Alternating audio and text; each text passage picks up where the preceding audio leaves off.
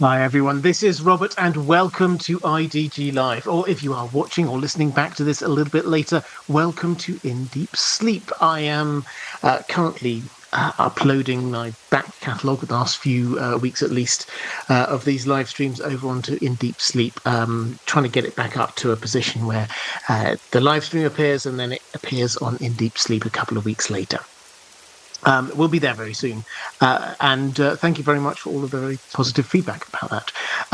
First of all, just to quickly say, if you are watching this live, if you generally watch these lives, apologies about last week. I had intended to do a pre-recorded live stream. You know me by now. The technology beat me. This time it was just the charger for my laptop. I was happily here pre-recording, talking to my computer, and then my laptop just ran out of energy and juice, and the charger had gone. And by the time I'd managed to get a new one, I'd run out of time to record it and get it up for last Thursday. So apologies. I know that was a week off. Wasn't my plan. But if you are a patron, if you submitted some questions for that was about the wall, do not worry, I've still got those questions, and I may well have already answered them. I got about halfway through the stream before I had to, before it stopped.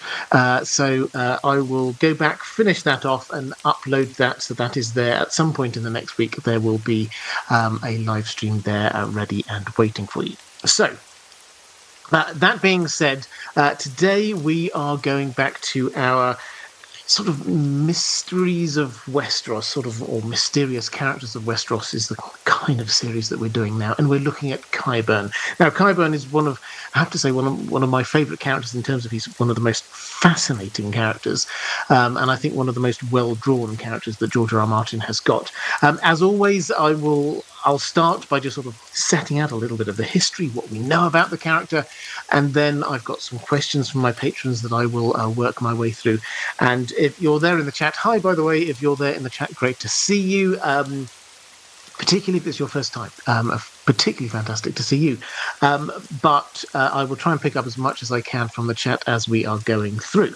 So, all that said, Qyburn. So let's start with a physical description. I think is probably the best way to do this. I am a massive fan of Anton Lesser. I think he's an excellent actor. I've seen him in a few things now. But I think one of the things just physically that perhaps is missing is the fact that he always came across, I think, in the TV show as being just a little bit sinister, which is absolutely fine. It was a great interpretation of the role. But I think that kind of misses a little bit about the way that George R. R. Martin describes this character, because the way that he describes him, he's physically tall, he's fatherly, he has crinkles around his eyes, he's not creepy, he's warm, he's ingratiating. This is what Cersei thinks when she thinks about Qyburn. Qyburn was old, but his hair still had more ash than snow in it, and the laugh lines around his mouth made him look like some little girl's favourite grandfather. A rather shabby grandfather, though. So that's what we've got going on. Even Cersei, who is quite a judgmental type, it has to be said, notices his laugh lines. Some little girl's favourite grandfather. That's how we're supposed to be seeing him and imagining him. And he is all the way through this. I'll probably mention this a few times, sort of on and off. He's ingratiating is the word that George R. R. Martin uses. He gets on with people. He most of the time this seems like really quite nice. He's just friendly. He's helpful.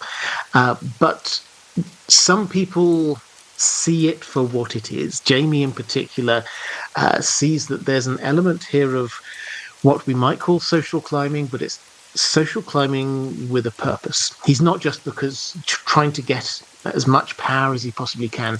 He is trying to achieve something, and in order to achieve that, he needs to be mixing with the right people. We will get into all of that in just one moment.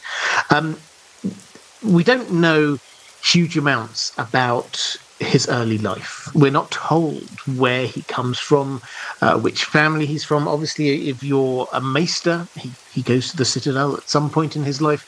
When you're a maester, then you lose your surname. That's gone. You think of all the maesters we know, Maester Aemon, Grand Maester Pycelle, we don't know what their surnames are. That's deliberate. The idea is that you join the Citadel and then any previous affiliation you had, that has gone. You're now a Maester of the Citadel. So all we have is this name Qyburn. And it's noticeable that, well, skating forward a bit, when he gets thrown out from the Citadel, he doesn't reclaim his previous name. He doesn't think to himself, oh, I will go back and try and find my old family and maybe they'll take me in. That's not on his list of priorities. So whichever family he was a part of, he's distanced himself in some way from. Why? We don't know. Is there some bad blood? Has his family now disappeared? Do they not want him there? It's not entirely clear. But whatever his previous life was, it seems not to be a huge part of the plot as far as he's concerned, and what he is about. But he goes to the Citadel and he studies and he becomes a Maester. And in particular, he trains under Archmaester Ibros. Now, he is known as being the great healing Maester, the greatest healer in the land. And we get a couple of little mentions of him here and there in A Song of Ice and Fire. And he studies under him, and he aspires to be even greater than him, to learn more than even the great Archmaester Ibros. And so, as he is studying, what he realizes is that what the Maesters do is, in order to understand life, they take a dead body and they cut it up and they look at it and they see how the different parts of the body work. And what Qyburn thought was, well, that's okay. I can learn a bit about this, but I also want to learn a little bit about death. Not just life, I want to learn about death. And the Maesters take a dead body to try and learn about life, and he decided I should probably do the opposite then. I should take a live body and study that in order to try and understand death. Which makes logical sense, but obviously then takes you into quite dark territory. He is literally cutting up living people in order to further his research. Eventually, the Maesters discover he probably was trying to keep this a little bit secret for a while, but eventually he was caught and he was thrown out.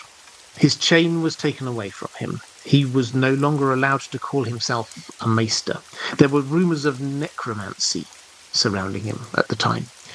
He gets thrown from the Citadel. This is a big scandal, really. At the time, the Maesters didn't want to be associated with this person. But as he left, we're told that he considered himself, having seen everyone else around him in the Citadel, he considered himself to know more at that point about life and death than any other Maester there, even more than Archmaester Ibros, who may well have been a greater healer, but he didn't understand so much about life and death. So he also, incidentally,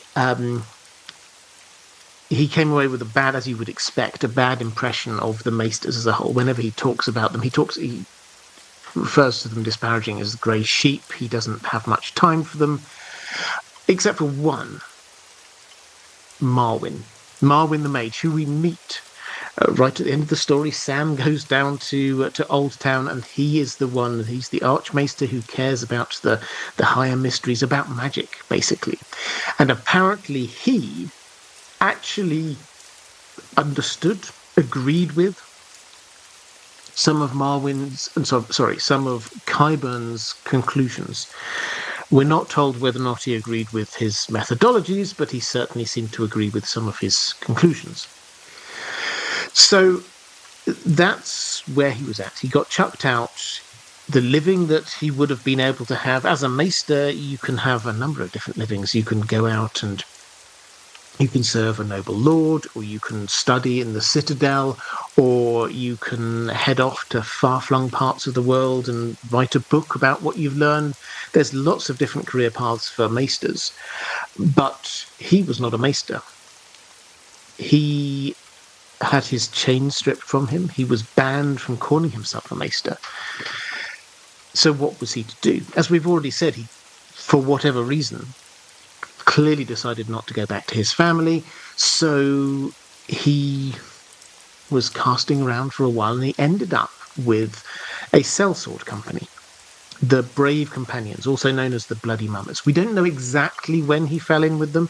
They are an Assozi sellsword company who find themselves in Westeros, and they get caught up in all of the toings and froings in the Riverlands, led by Vargo Hoat. So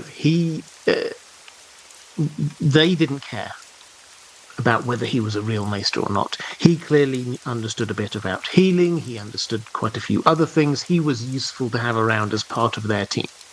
So he was now attached to a sellsword company, and a rather disreputable one, it has to be said.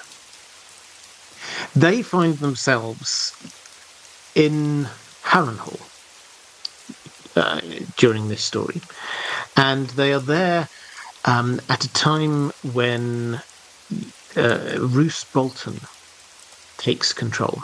They switch sides. They were Lannister, then they go over to support the Boltons.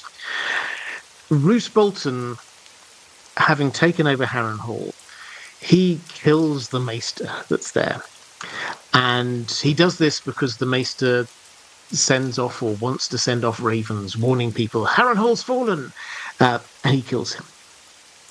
And we're not there. We don't see this through a POV chapter at the time, but it would appear Qyburn is just like, well, I can do the maester stuff. If that's what you want, I've not got a chain, but I can do this stuff. I can be in charge of the ravens. I can do a little bit of healing.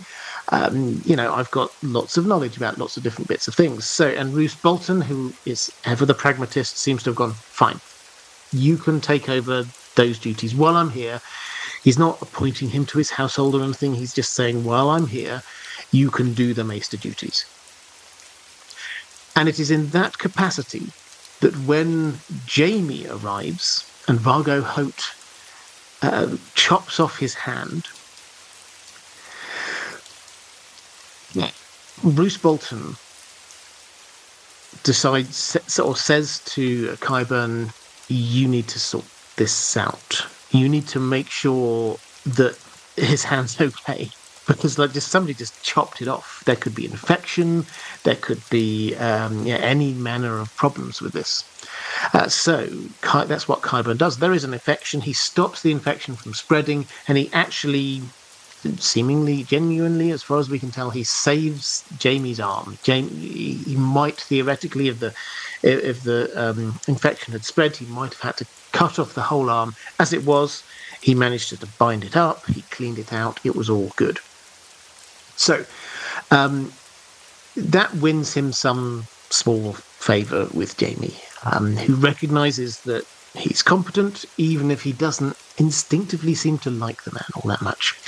And when Roose Bolton sends Jaime off down to King's Landing, which we have to say, again, this was a massive sign that perhaps on first read-through many of us didn't pick up on.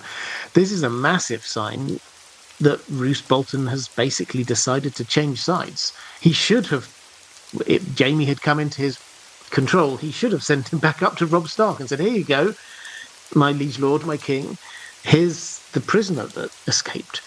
But he doesn't. He sends him on down to King's Landing to Tywin Lannister. And he sends him with an armed escort of his own men, and also with Qyburn.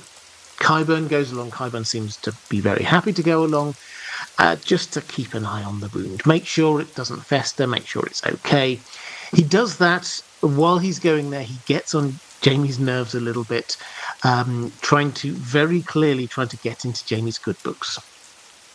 So he makes it to King's Landing and makes it very apparent as he sort of comes in, I'm here, I'm the person who saved Jaime's arm, I'm part of the retinue, etc., etc. And he arrives just in time for Cersei, who has a problem she needs to deal with. And the problem is Tywin's just been killed. Now, Jaime has played his part in helping Tyrion escape, but Tywin is now dead. And not only that, he is dead with Shay lying dead in his bed. Cersei is not always the clearest of thinkers, but she is very aware this is not a good look.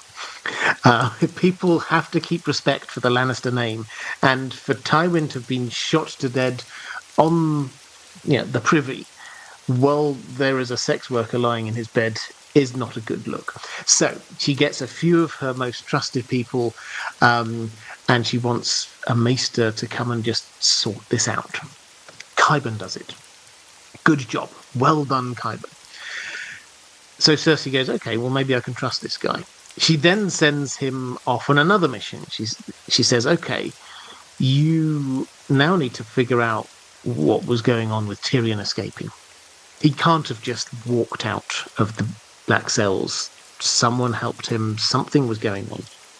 And so Qyburn goes down, and he discovers that the jailer, Qyburn, has also disappeared.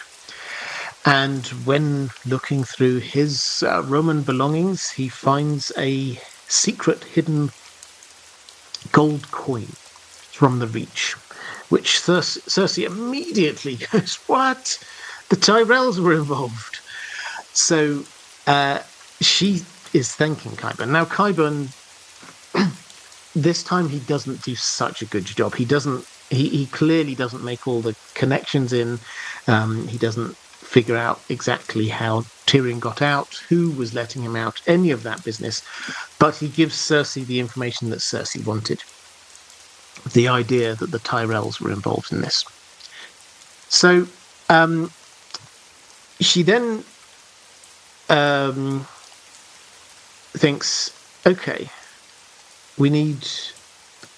he's clearly someone I've given him 2 tasks and he's done great on both of them. Let's give him more tasks. And so she then gives him another one. She says, the mountain is here, lying, dying in agony.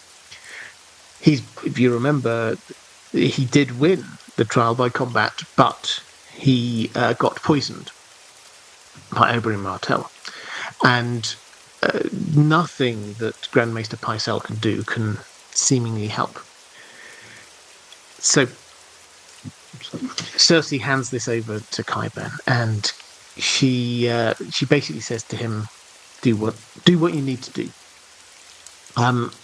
After it all, we need his head, though, because that needs to be sent off to the Dornish, and they'd been promised the Mountain's head by her father. So he goes away and does that. And while he's doing that, she sort of gives him a little bit of extra cash. And she says, you're looking a little bit shabby. Get yourself some good robes.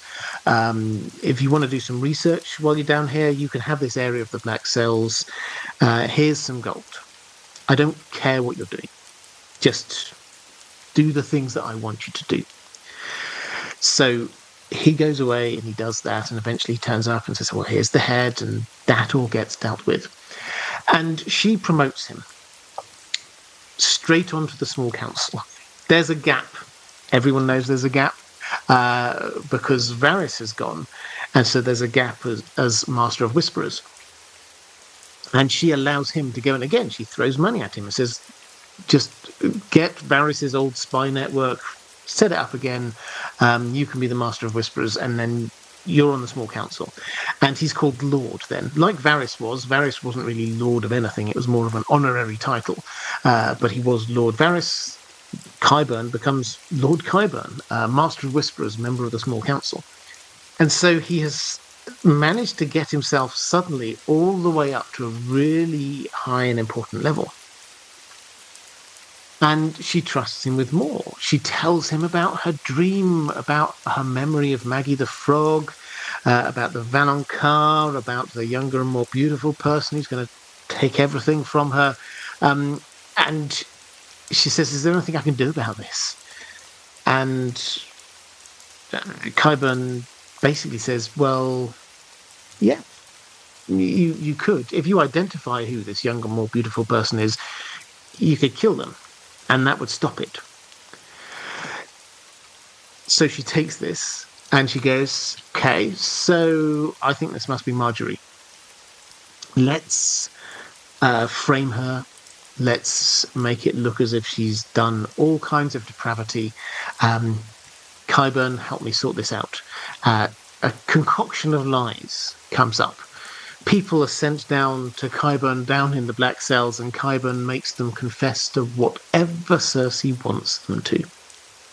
He does such a good job, in fact, that loads of people are confessing to things all over the place. Their stories don't necessarily match up. Basically, as far as we can tell, he is torturing them. And he's getting these confessions. Cersei's loving it, though. This is exactly what she wants. Somebody who will she'll give a task to, it doesn't matter what it is, and he will do it. And Qyburn also seemingly is really loving this situation he's got going on, because Qyburn seems to just want to do his research.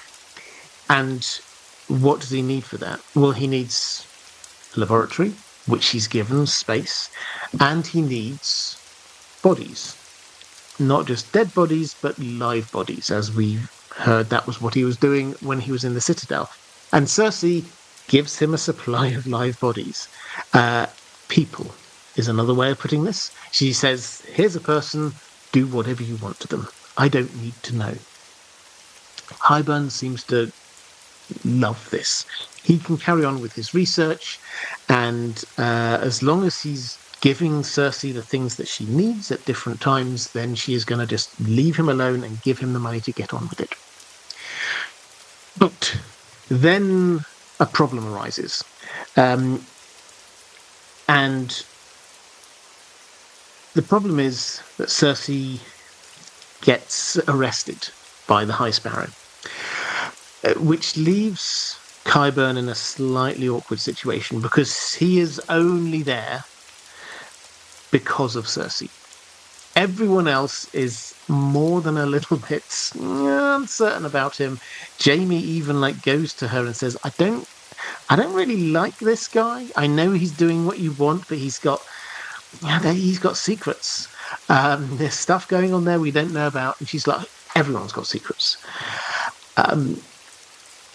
But when Cersei's gone, he gets pushed off of the small council. However, because he has set himself up effectively as Master of Whisperers, and nobody else knows how to operate this informant network, he's allowed to carry on in the Black Cells. He's allowed to carry on with what used to be Varys' spy network, or at least the bit of it that Varys seems to have allowed him to get access to. And he does get a little bit of contact with Cersei. And during this contact, then it sort of turns out she's decided she needs to have a trial by combat, and she needs to have Jaime seems not to be replying. She needs a champion, and she's queen. She needs to have a member of the Kingsguard. But it turns out there's a new vacancy. So Addis Oakhart, who we read about down in Dawn, dies, leaving a gap in the Kingsguard. And when she emerges back from her walk of shame, she gets back to the Red Keep, and someone scoops her up, a knight, a member of the Kingsguard, the White Cloak. And who is this? He's introduced as Robert Strong, who's taken a vow of silence. We can go into all of the details of that a bit later if you would like to. This is very clearly the zombie mountain. The body of the mountain somehow re-energized, seemingly undead, certainly not needing any sustenance. Nobody has ever heard him talk. Nobody has ever even seen his face. The helmet stays on. Nobody's ever known him to sleep or eat or anything. He just seems to be an animated suit of armor, 8 feet tall. So, Qyburn, it appears, has finally reached some kind of conclusion of his research and has created the champion that Cersei wants, which is the point at which we leave this. So we've not seen what happens here. We've not seen huge amounts about Robert Strong. We don't know how much independent thought this zombie mountain might have. We don't know the extent to which Qyburn might have created others. All of that's still a mystery. But Qyburn now, he is, at the end of the story, he's not in the small council, but still has this position of power.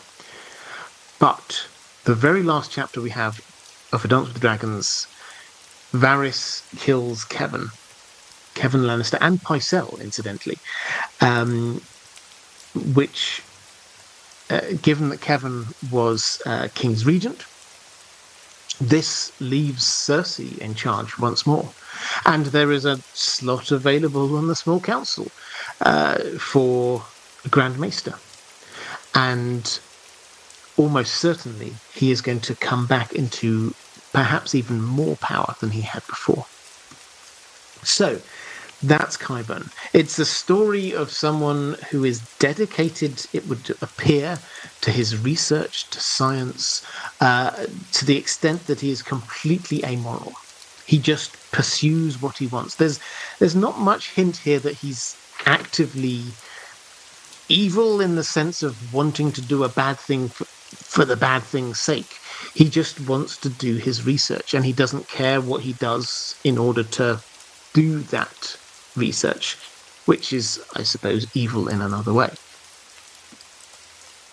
But he does come across as this kind of arch scientist. The image we get, that I'm sure we'll come back to, is this Baron Frankenstein image. He creates life, but this is terrible life that he creates. So, and he's playing with death. So that's the kind of image we have, is this proto-scientist who is creating things that they really shouldn't have created, that is experimenting things that humanity should not be experimenting with. And now at the very end of the story is probably, or the point of the story we've reached, is probably going to get even more power going forward. Carl Parsnark, Frankenstein was the monster. Absolutely. This is Baron Frankenstein we're talking about here. So Frankenstein, Frankenstein's monster. Frankenstein's monster is Robert Strong. Baron Frankenstein himself is, as an archetype, Baron Frankenstein himself is Qyburn. The point you're making that the monster, and it's a brilliant book. If you've never read it, incidentally, fantastic book. I will be reading it in my next big read over on The Well Told Tale. It was, I think, the first or second thing I ever did on there, but the sound quality was really not good, so I'm re-recording that. So if you're interested, one of my other channels, The Well Told Tale, where I audio narrate what I consider to be the finest science fiction fantasy stories ever. Really good book. Mary Shelley makes us ask, who is the real monster here? Is it the created being or the creator? Right, let's go quickly to the chat. Gillian saying, much care and appreciation to you from a girl and her dog, both made all the more cozy by your excellent storytelling. Well, thank you very much. I hugely appreciate that. Midnight Sun, would Qyburn be loyal to anyone willing to overlook his questionable ethics, or does he have a particular attachment to Cersei? He seems to like her. I mean, this is a matter of interpretation because we never have a POV from his perspective. We never will have, I think, a POV from his perspective. But it seems pretty clear from his actions that he seems to ingratiate himself with Roose Bolton. First of all, with the bloody mamas, then with Roose Bolton, then with Jaime, then with Cersei. It's whoever he thinks is best and most likely to be able to provide him with the next step to what he wants to achieve. Is he loyal to Cersei? I don't think he's loyal to her, but he certainly sees the advantage of having one of the most powerful people in the Seven Kingdoms giving him money, giving him space, allowing him to do his research. So if he can keep that going, he will. If he ever thinks that that's going to stop, then he will perhaps be looking elsewhere. Okay, let's have a quick flick through the chat. Jerby saying he's loyal to her as long as she's patronizing him. Yeah, absolutely. Kieran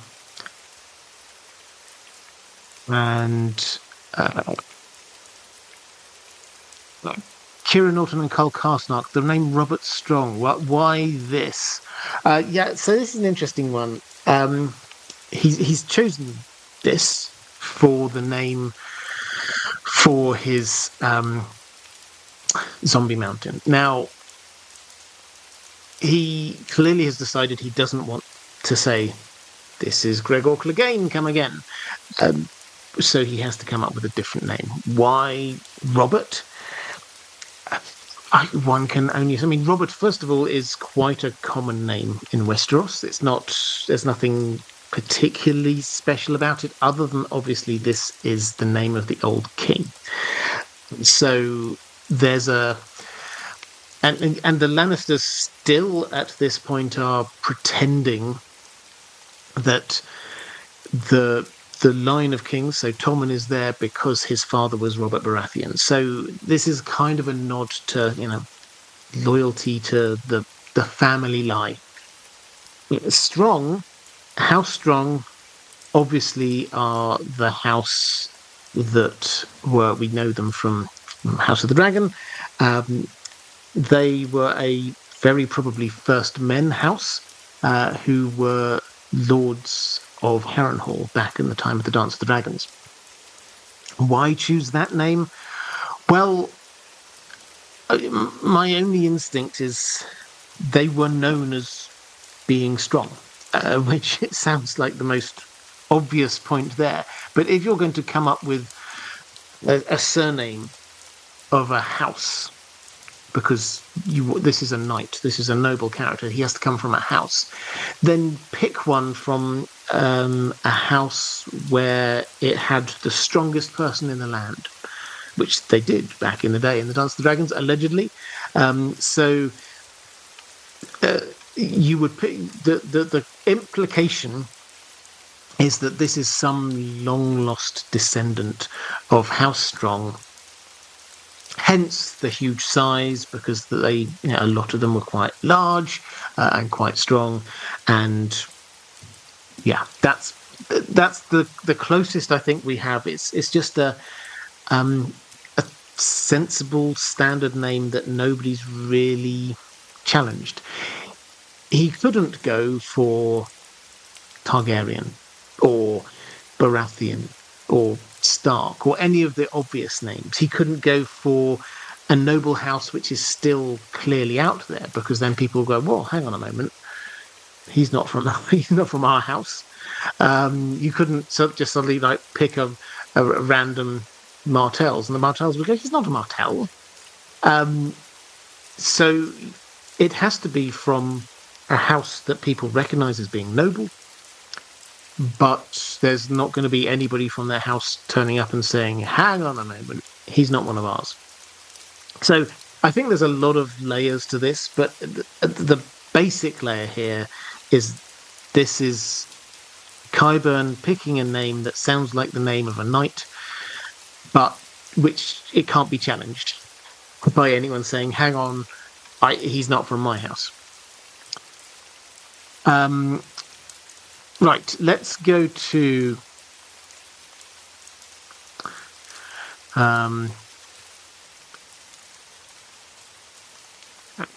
some questions from my patrons. First up, Lorelei Dragon. Where do you think Qyburn's loyalties? Actually, I've sort of answered this one already, so I'll combine this with the previous answer. Where do you think his loyalties lie, if indeed he has any? It seems that he is more interested in getting support for his experiments than taking sides for any other reason. But perhaps I'm missing something about his history or character. No, but it's possible, and I think a lot of people do, because we don't know his surname. A lot of people do wonder: is there a backstory here? Is there an agenda here that we're unaware of? My instinct is no. My instinct is that he is actually what he appears to be, which is somebody who's been chucked out from the Citadel, who cares passionately about their research and has been cut off from doing their research and is now working out a way to do their research. And this puts them in the stereotypical mad scientist role. All they care about is their science. All they care about is their research. So, I think that is the answer. So his loyalty will be with somebody who can provide him the means and mechanisms that he needs, but only as long as they can. Catherine Percy saying, "Hi Robert, I'm fascinated by Qyburn's balancing between science and magic. He definitely does seem to take the existence of magic as real, in as much as he talks about Maggie the Frog's magic with Cersei, and in his apparent high opinion of Archmaester Marwyn. I've always looked at him as a self-professed scientist, but what is his view on magic? Is it a supplemental force in the world?" So, yes, so first of all, we have to say that he does seem to think that magic exists. You have to place into context when Cersei's coming to him. Cersei is his patron. He has to keep her happy. She comes to him and says, "Oh, I've had this dream about this mage from many years ago. She said these things. What do I do about it?" He, in any event, is going to reply, "Yeah, so you're not mad. This is absolutely fine, and we can deal with this, and this is what we're going to do." So, yes, he's from her perspective, and we see this from her perspective, he is saying, yes, Maggie the Frog's magic is real. From his perspective, which we do not see, maybe he's humouring her. And she's going, "Well, what do I do about this? How do I make sure this doesn't happen?" And he's thinking, "Well, of course it's not going to happen. Magic's not real." And he says, "Well, all you have to do is identify who this person is and kill them." It could have been that. Cersei's POV is not to be trusted. So I don't think we necessarily should take Cersei's view on what he thinks is true. His admiration for Marwyn is there, but again, it's not 100% clear whether he agrees with other things that Marwyn says and does, or whether it's just that Marwyn, and this is the main thing he says, "Marwyn agreed with my understanding about life and death. None of the rest did." Now, what is his understanding about life and death? Now, the best, I've copied this as a quote, which this is what he says to Jaime, when this is the best encapsulation of what his understanding is of life and death. "Once, at the Citadel, I came into an empty room, and I saw an empty chair. Yet I knew a woman had been there only a moment before. The cushion was dented where she'd sat, the cloth was still warm, and her scent lingered in the air. If we leave our smells behind us when we leave a room, surely something of our souls must remain when we leave this life." So that seems to be what Maester Marwyn agreed with. We don't know if Qyburn agreed with Maester Marwyn's other thoughts about dragons and magic and all the rest of it. So I think the first thing I say about his approach to magic is that we can't be 100% certain on this, because the things he has said could be interpreted in two different ways. From what I've seen, no. From what he said, it does seem that what he sees as being magic, he would see as being a thing for him to understand. He's a scientist in the best sense of the word that we have here, somebody who tries to rationalize what they see and to understand it, to categorize it. So that seems to be his position. He is trying to understand how this world works. And if he's being as objective as he can, as all good scientists should be, he should look at stuff and go, yeah, so that does appear magical. But what does magic mean? Is this just another mechanism of how the world works? So, yes, I think he probably does believe in magic, but whether he thinks of it as being magic, something inexplicable and otherworldly, or just, well, if I do this and then this and this, then it produces this effect, then is he just breaking down magic to this is another thing that happens in this world? This is how we explain it. So it's not 100% clear, his position on magic. Maybe he does think, oh yeah, so there's also, I'm doing my research and all of this other stuff, but there's magic as well. But he never really gets into that.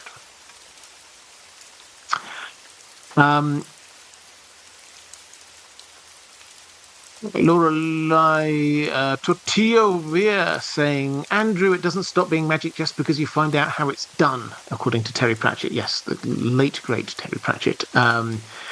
So that kind of plays into a couple of other questions I've got. Taylor Jones saying, I know you're fond of the term science white when referring to Robert Strong. I am. Based on the safe assumption that this is the zombie mountain, my question is, do you think this resurrection truly was purely science, or was there some kind of magic involved? Maesters obviously limit themselves away from magical pursuits, but we already know Qyburn doesn't respect the Maesters, and what he sees as unnecessary self-imposed limitations. Magic in George R. R. Martin's world is unreliable. It usually requires sacrifice, and is often not formulaic, where you can just repeat the same steps to produce the same results. Whether or not you think magic was involved in the science white's creation, do you think, unlike fire whites, for example, this would be a recreatable process that would work every time? So, really interesting. My long-held belief is that this is not an accident. Creating the zombie mountain is not an accident. This was something that Qyburn figured out in some way. Now, we'll put aside the did he use magic thing for just one moment. If he figured out how this works, that means that he can do it again. I've always thought of the zombie mountain, Robert Strong, as being a prototype. So, not just a one-off. Qyburn potentially could do this again. Now, maybe, as you say, magic in George R. R. Martin's world doesn't necessarily, it's not just a matter of ABC. Maybe he will have to tweak things a little bit for each person, do things slightly different. But if he's figured out the right combination of, I need to make a sacrifice, I need to do these things, I need to whatever. If he's figured that out, then he potentially could do this again and again and again. So, yes, I think it's repeatable.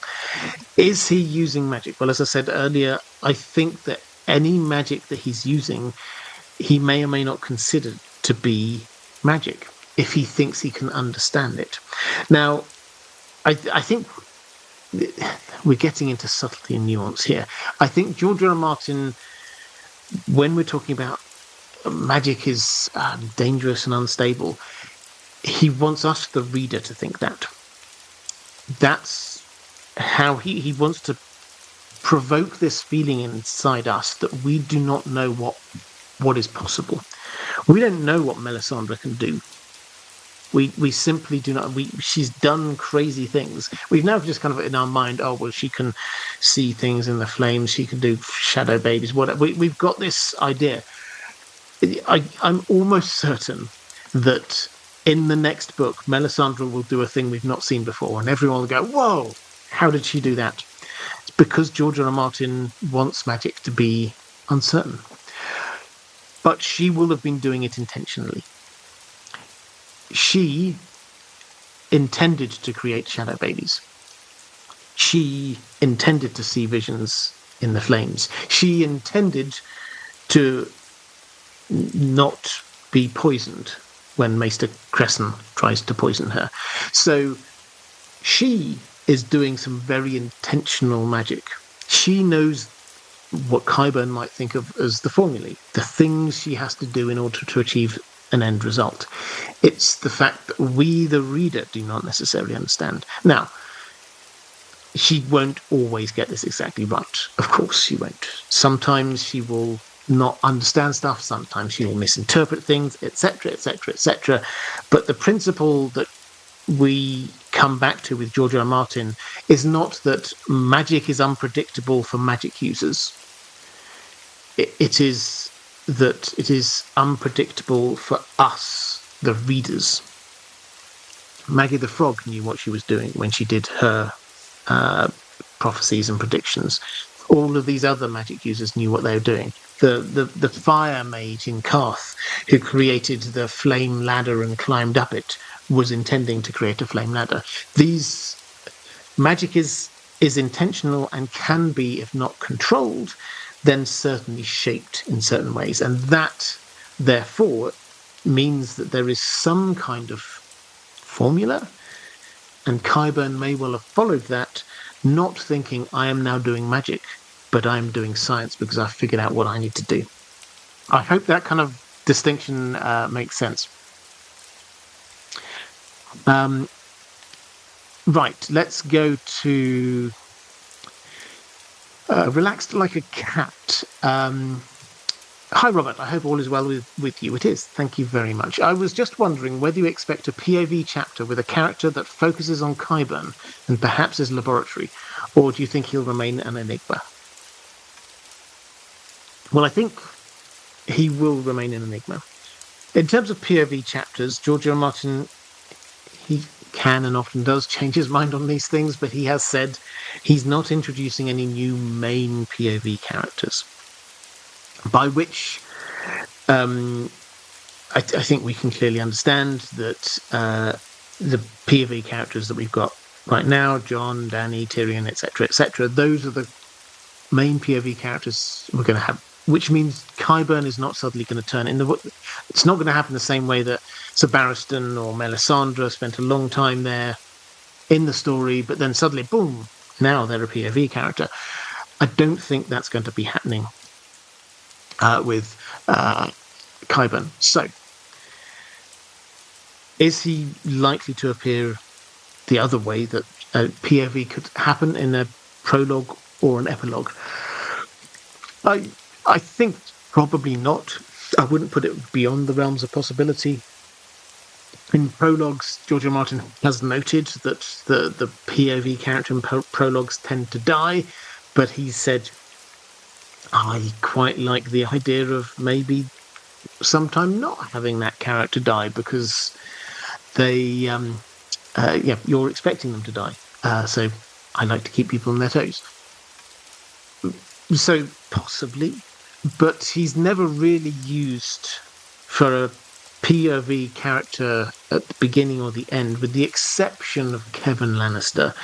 He's never really used a character who's sort of a significant character and then given them POV for a prologue or an epilogue. It's picking up a random person that we don't really know. Maester Cresson. We didn't really know who Maester Cresson was before that, for example. Kate, we didn't really know who Kate was. So that's the general theme. So probably not. Will we have a POV character from someone else?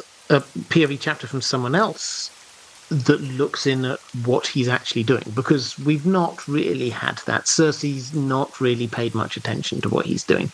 She doesn't want or need to know the details. She just cares about the results. And I think realistically, certainly in the short term, the only character who is close enough to Qyburn, who we might see what he's doing through, is Cersei. And although maybe we'll have her go and visit him at some point, see his experiments, she's not going to focus too much attention on it. That's not what she's going to go there because she wants to get something from him, make him do a thing, not because she suddenly got a fascination with his experiments. Perhaps that could change, at the risk of sort of moving ahead to where his character arc may go.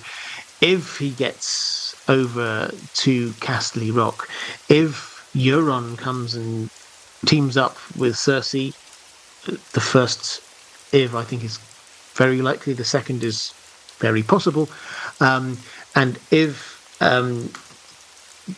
Aeron Greyjoy survives as a POV character, which is possible rather than very possible, I would say, then he may well be the type who would take an interest in this kind of thing.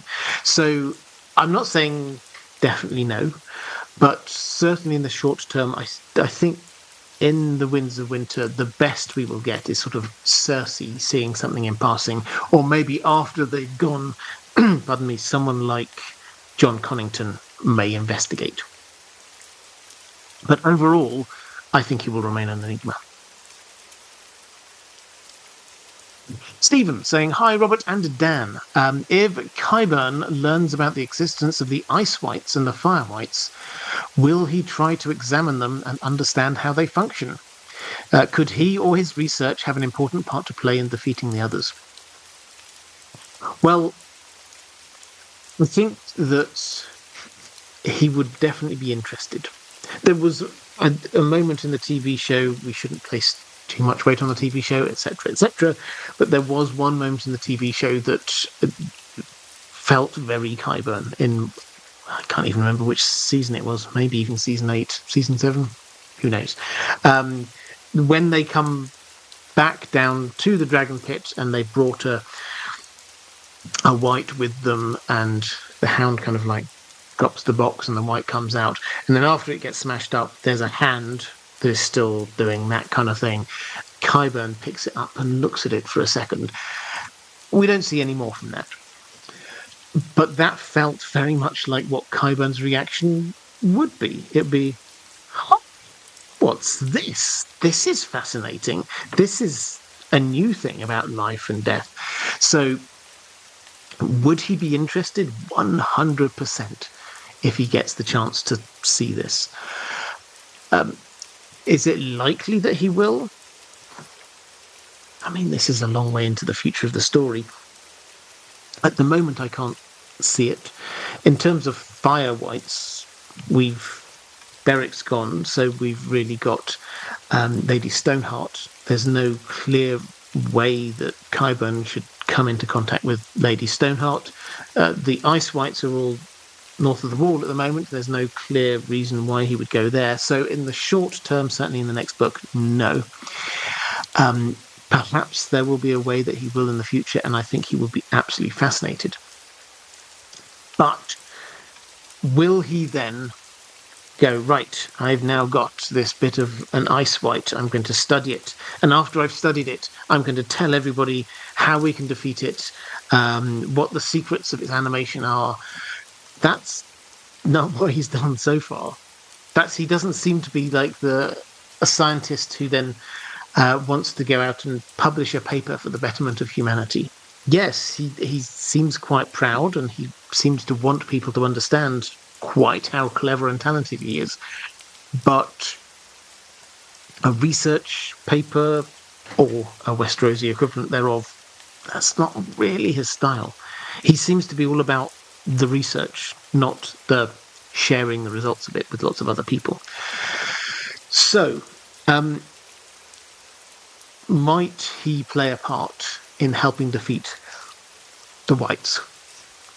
I can't see it personally. He's perhaps you might get to a point where everyone's going, well, how do we do this? And he goes, well, it's obvious, isn't it? You have to. So maybe, but that doesn't seem to be his arc.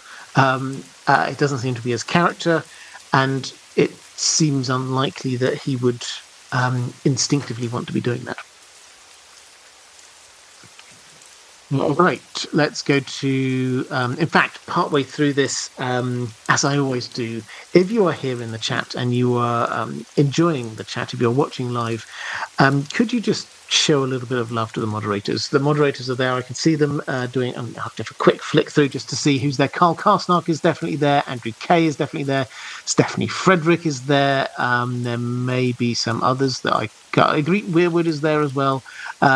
Hi guys, I hugely appreciate you. If you are there in the chat, could you just show a little bit of love to the moderators, because they're the people who just keep the chat going, provide links to interesting stuff, keep people talking, keep the bots out.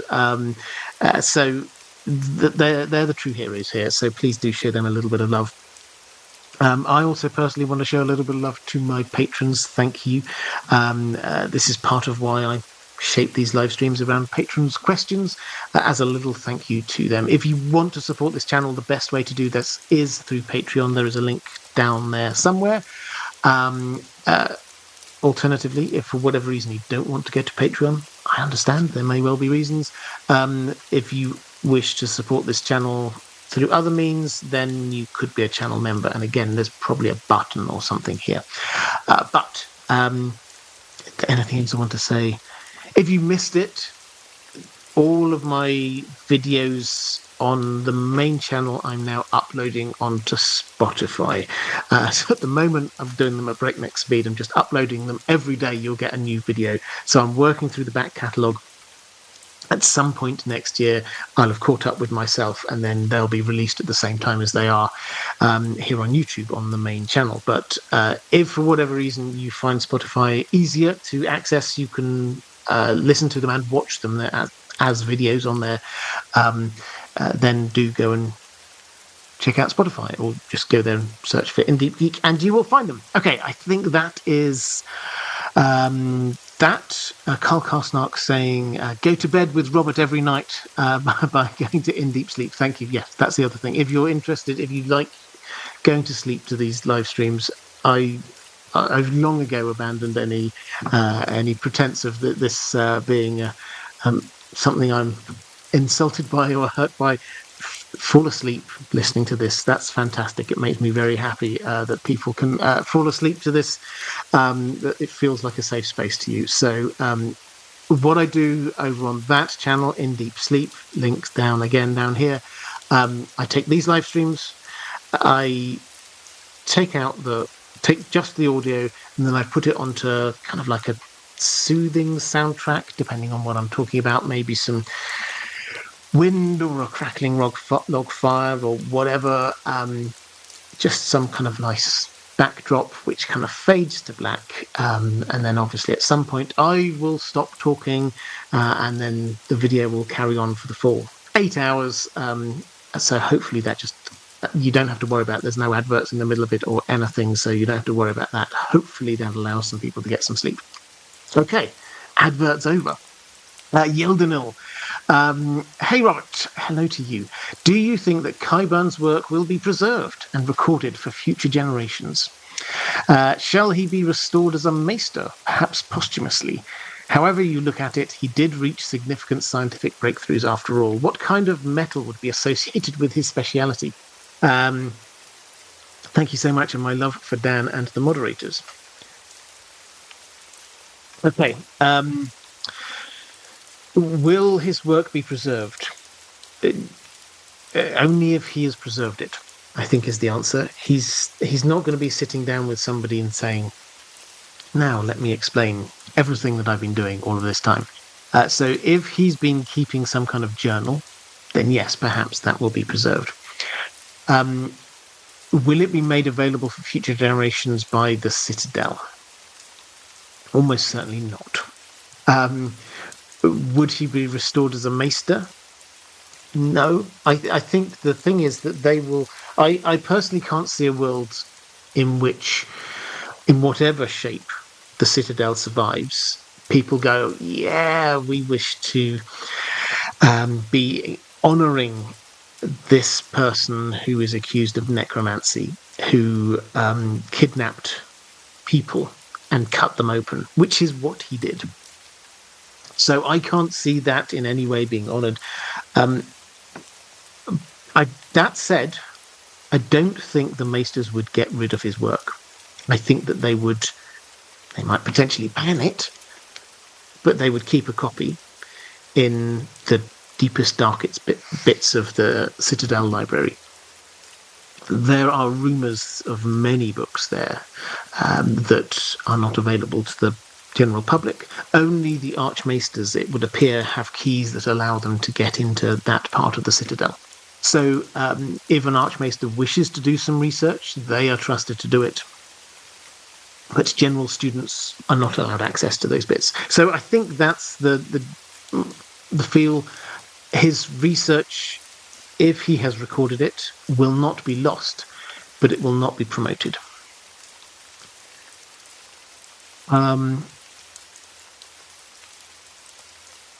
Andrew K is saying that the Citadel unfortunately rejects outlier innovative thought to their and the realm's detriment. Yeah, absolutely.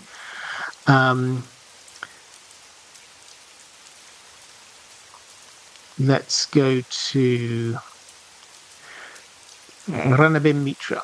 What will happen to Qyburn post Fagon's invasion? This is young Griff's invasion of King's Landing.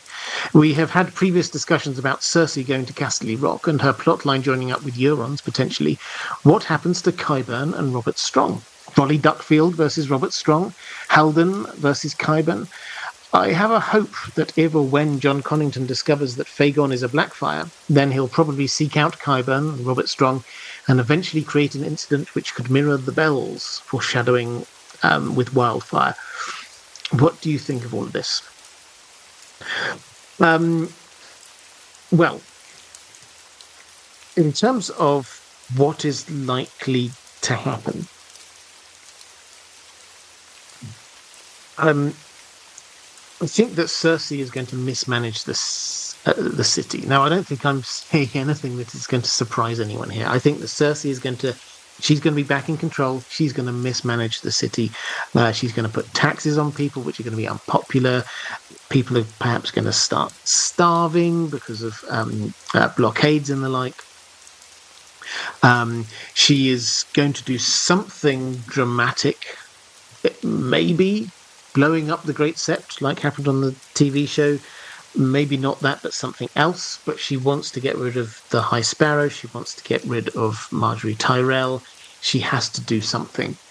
And she won't care whether that something causes lots of other death and destruction. So the people will hate her. The people already really don't like the Lords and Masters in King's Landing. There was a riot not that long ago in King's Landing, if you remember. And as far as the small folk can see, the same people are still in control. So they're going to hate her, and then they're going to see Fagon arrive. Here is this picture of a model king in waiting.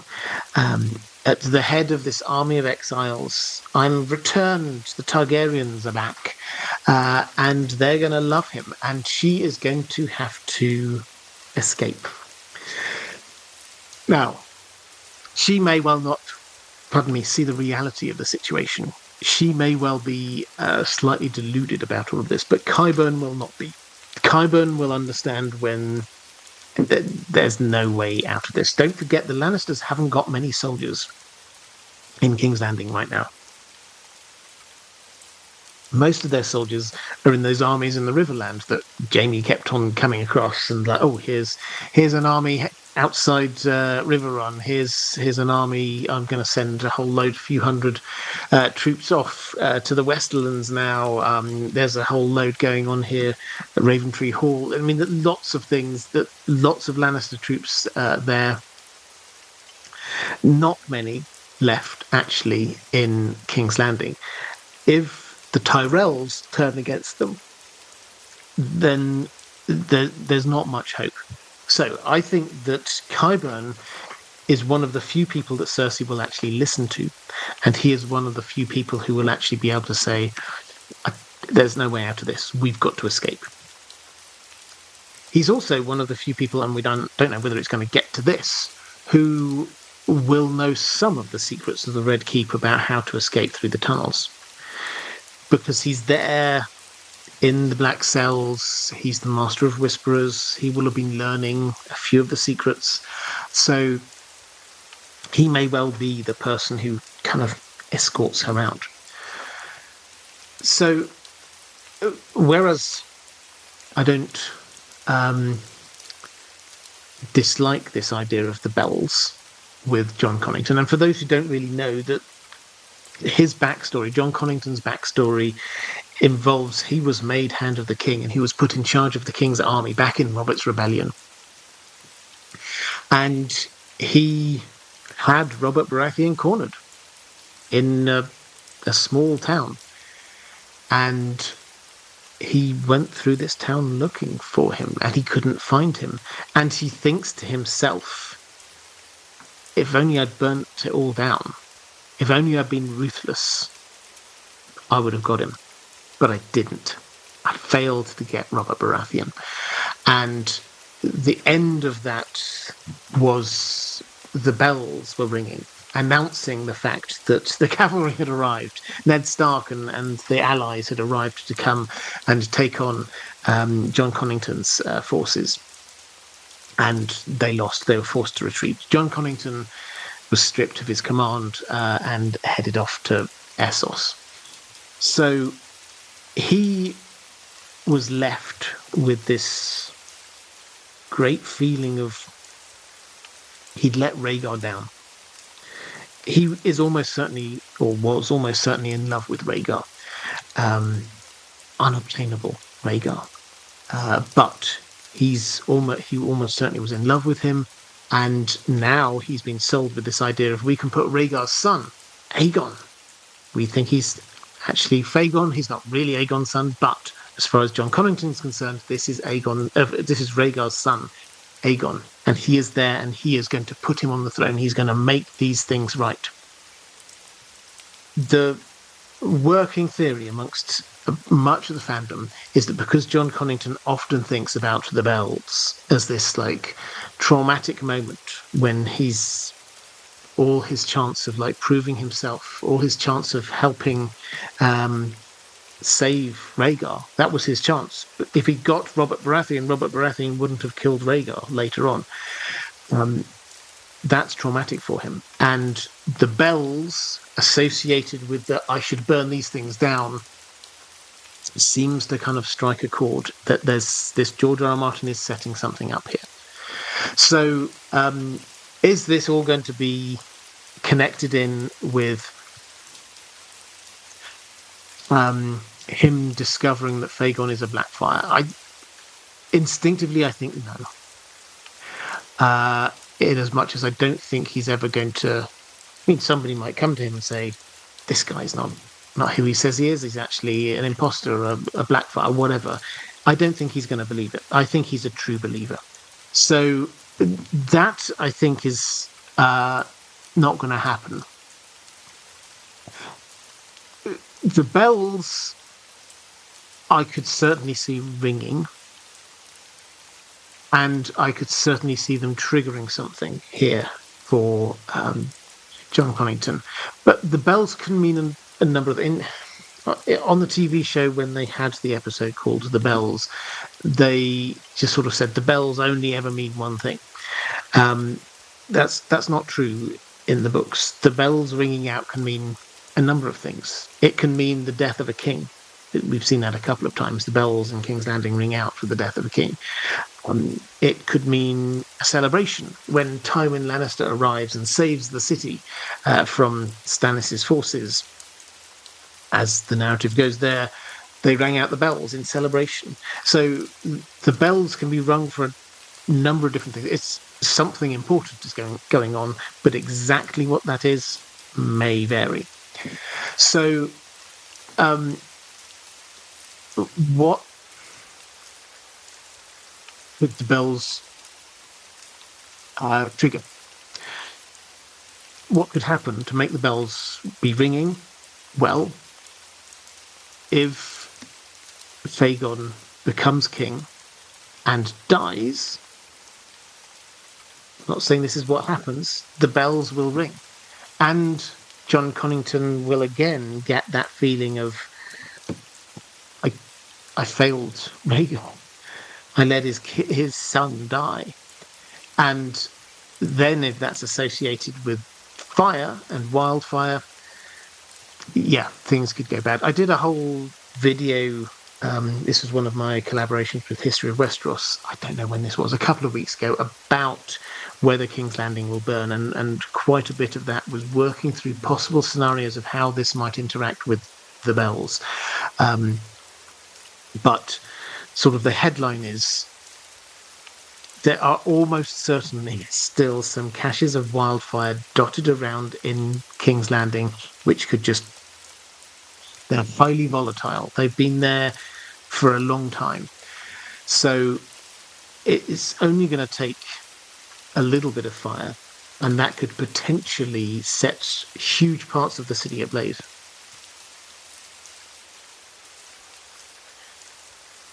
Let's go to Corvus Corax saying, good evening, Robert, and to you too. Where do you think Qyburn is from? His features are not spoken of as a foreigner, but his name is distinct. Also, given the Victor Frankenstein parallels, may we also see Qyburn chased to a frigid north by his creations? Well, let's do his name and where he's from first. So I did go through...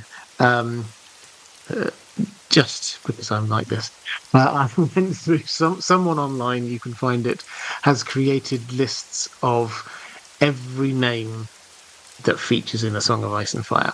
And so I did go through. The only name that I could spot in that, other than Qyburn, that is a QY as the kind of the prefix to the name, is the name Kyle, Qyle, which is a name which seems to crop up sort of in the southeast of Westeros. I think it's in the Crown Lands. I think there's a Dornish Kyle and also one from Vale of Arryn. So they, if you were to look at where his name might come from, we haven't heard it elsewhere. It is a distinct name, but you do get QY names in the southeast of Westeros. We've not, given the fact that we've not heard anything that makes people think, oh, he's a foreigner. He speaks seemingly fluently and normally like a native, and his features seem to be Westerosi. So, as far as I can tell, yes, he's from Westeros. Perhaps he's from some noble house, but I think there are times when I feel a bit bad about, but I give the boring answer. I mean, I'd love to come up with some wonderful tinfoil thing about actually secretly he's from this house over here, and that means that he's got this agenda. I think actually the boring answer here is he's just from some minor house somewhere. He might even just be... They do accept, the Citadel do accept people who aren't from noble houses, give them a chance to learn, and if they're adept, then they can gain some links on their chain. So almost certainly his previous house, where he's from previously, are, I won't say irrelevant to the plot, but they're not the drivers of his character arc. There are a lot of maesters that you think, well, maybe he has got some history. Maybe there's something going on there that we need to be aware of. But in this case, I think actually the better answer for the character arc is that it doesn't matter where he's from. As for the given the Victor Frankenstein parallels, might we see Qyburn chased to a frigid north by his creations? I mean, that obviously is part of the story of Frankenstein. I don't know about the frigid north. It's possible that George R. R. Martin will go down that route. We don't know enough yet about Robert Strong. At the moment, he seems very loyal and certainly doing the things that he's told. We don't know how he is controlled. If he is controlled, we don't know any of the details about this yet. But is it possible that some of his creations turn on him? Yeah, I think that might work as a sort of an end point to his arc, as it were. He's reached a point where he's reached an answer. And he's now reached a practical application of that. But then that is what ends up getting him in some way. That makes perfect sense to me. Also, though, I have to admit, it's one of those things where I just wonder, at the end of this story, it won't just be the good guys that survive. I think there will be a couple of morally dubious characters who survive as well.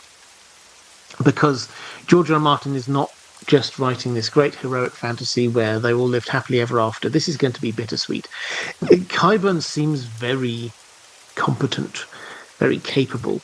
If he realizes things are going wrong, if he realizes, actually, this is no longer how I'm going to get what I need, he might just get on a boat and sail off to Essos and just be gone. Take what he needs and go. So I don't think it's a foregone conclusion that he's going to have, there's going to be a good and happy ending. He could have done great evils in this world and just escape at the end of it, because he's not the priority for people. They will be caring about the others. They'll care about the dragons, then they'll care about Euron, they'll care about Cersei. They're not going to care about him until they've worked their way through a whole lot of other stuff. Let's go to, I think I had a question in the chat. Where are we at? Okay, Roman Lakovets, hi there, saying, how good is Qyburn as Master of Whisperers? Apparently he found that Euron became king of the Iron Islanders, Iron Islands ahead of everyone. Yeah, so he certainly seems to get information. Now, I do not know, but it makes sense to me that he's sort of been told, I'll just take over Varys' spy network. The spy network might still be working for Varys. So it's entirely possible that he's only learning the things that Varys wants him to know. And maybe Varys wanted him to think that he's in charge of it, and it's working well, by feeding him a few bits of information that are true, but then he will feed him later information that's not true. So given the fact that we don't know exactly how that kind of handover has worked, whether he set up his own network as well, I think it's currently hard to say, because we've got a secret spy master hiding in the walls of the Red Keep at the moment, Varys, who has his own different agenda. It's entirely possible Qyburn might be doing a good and competent job, but it's also entirely possible that Varys might be pulling the strings in secret. Let's go to a question from Sir Tony Sled, saying Qyburn's character sticks out in his willingness to work for women, serving Cersei. The Maesters reject women, but Qyburn helps Jaime save Brienne.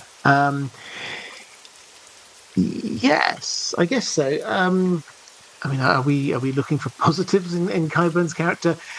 I mean, I tend to view this as yes, you're right, but I don't think he's doing this because he's this hugely enlightened feminist who thinks women should be allowed to be leading. That doesn't seem to be where he's coming from on this. If we just interpret everything through this lens of him wanting to be able to carry on his research, of course he doesn't care if it's Cersei's giving him the resources. He will happily be supporting Cersei. Going back and getting Brienne, the situation there was that they headed out. Jaime laid his head down on the weirwood stump, had a weirwood dream, goes, nah, I think I need to go back. And Qyburn happily said, yes, of course. We know that Qyburn, during that time, was trying to get into Jaime's good books, to the extent that Jaime was starting to get a bit annoyed by it. So he's not going to there say no. Jaime's going to be safe. It says that he didn't have to worry about Jaime. The worst case scenario was a couple of days extra journey time. So, yes, he is. He certainly seems very happy working for a woman, but I don't think this is for any particularly enlightened reason.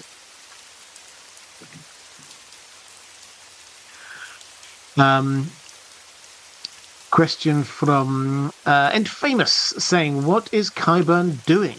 Medical, not magical, with his subjects. Medieval human centipede dialysis for the poison, or straight up Frankenstein replacing the head or other organs or body parts? Well, I think in as much as George R. R. Martin likes to keep magic mysterious from us, I think he's trying to keep what Qyburn is doing mysterious from us. Clearly the vibes he's giving off are Frankenstein vibes. My take, I've talked about this, I think I did a whole video on this one actually. My feeling is that the mountain's head is not there. It was sent down to Dawn. And so that the helmet's effectively just like soldered onto the top of the rest of his armor. And there's just no head in there.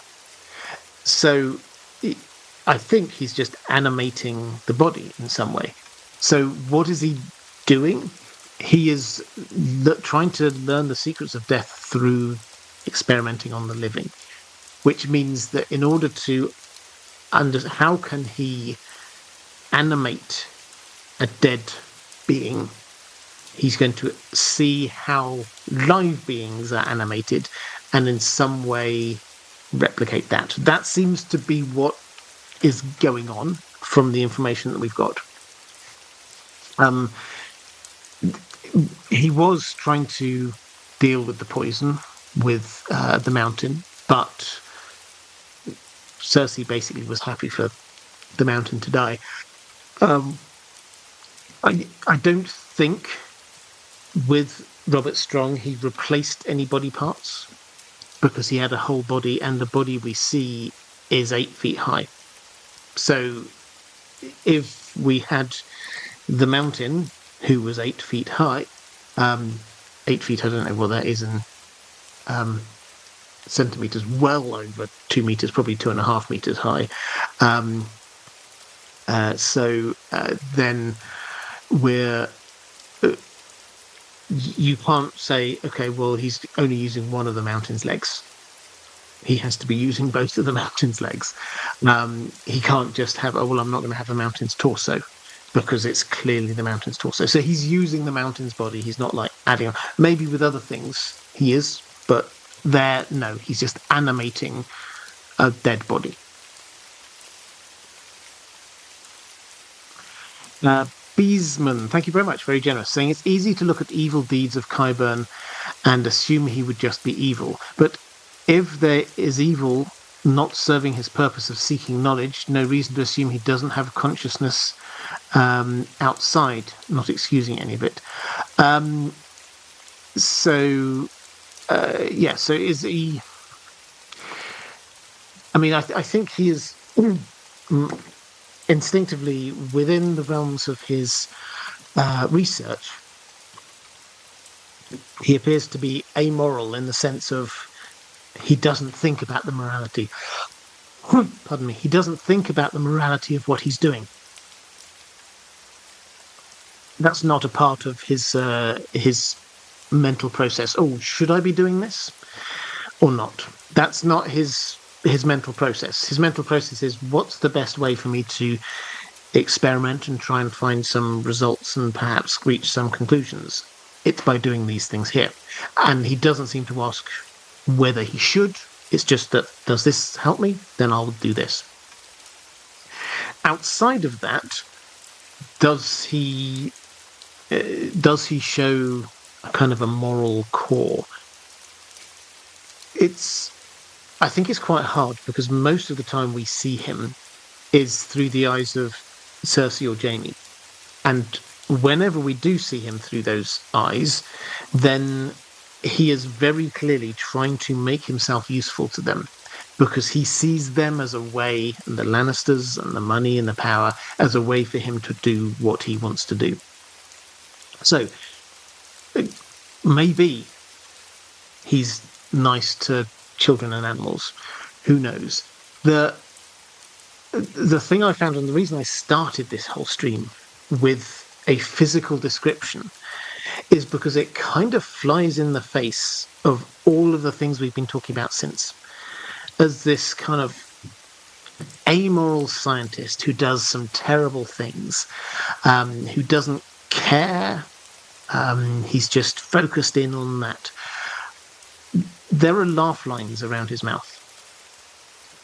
The clear implication, and a twinkle in his eye, he looks like somebody's favourite grandfather. The clear implication is that, certainly in some circumstances, he is nice. He laughs. He smiles. That's how he gets laughter lines. So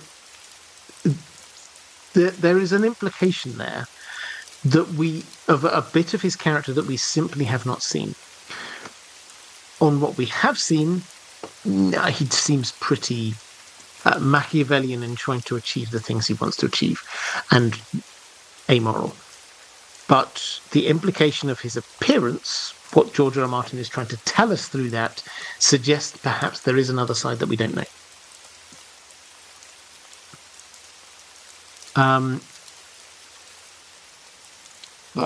Tony's saying, I'm saying he probably isn't afraid of powerful women the same way other characters are. Yeah, absolutely, I'd agree with that.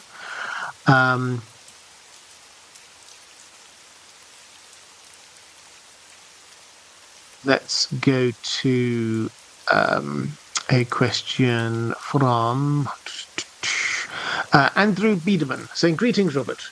Is what Qyburn is doing with what remains a type of magic, even if we call them science weights? Is this like elvish magic in Arda, Middle-earth, where others might call it magic, but it's just natural to that world? If souls are just a thing in Planetos, and they can be harnessed, isn't that still magic by another name? I think I'm confusing myself here. Yes, so I absolutely get the point, and this is something a few people have tried to tease out a little bit earlier.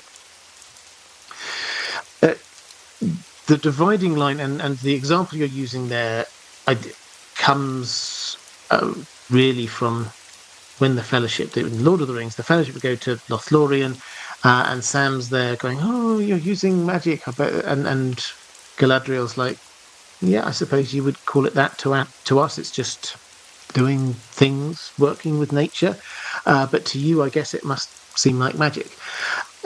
Is that a useful kind of analogy for what's going on here with Qyburn? Is he just recognizing, yeah, so other people might call this magic, but for me, it's just I'm understanding how the world works.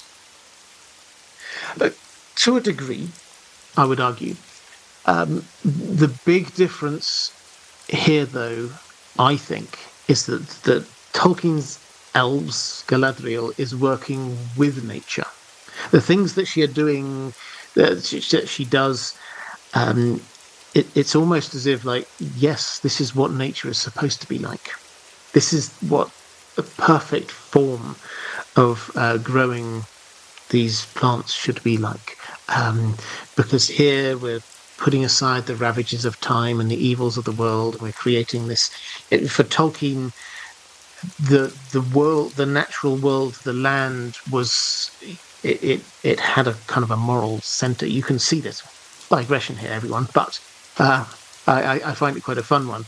When you're reading The Lord of the Rings, it becomes very apparent. You can tell the nature of the land, as it were, and the nature of the people who inhabit that land by what it's like.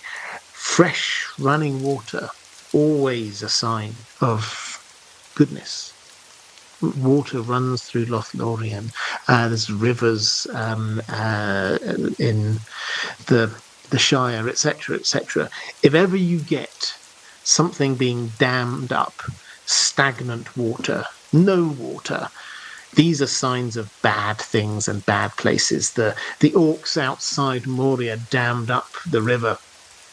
That allowed the Watcher in the Water to come in. Sauron dams up the river. You go to the Dead Marshes, you get this rank, stagnant water.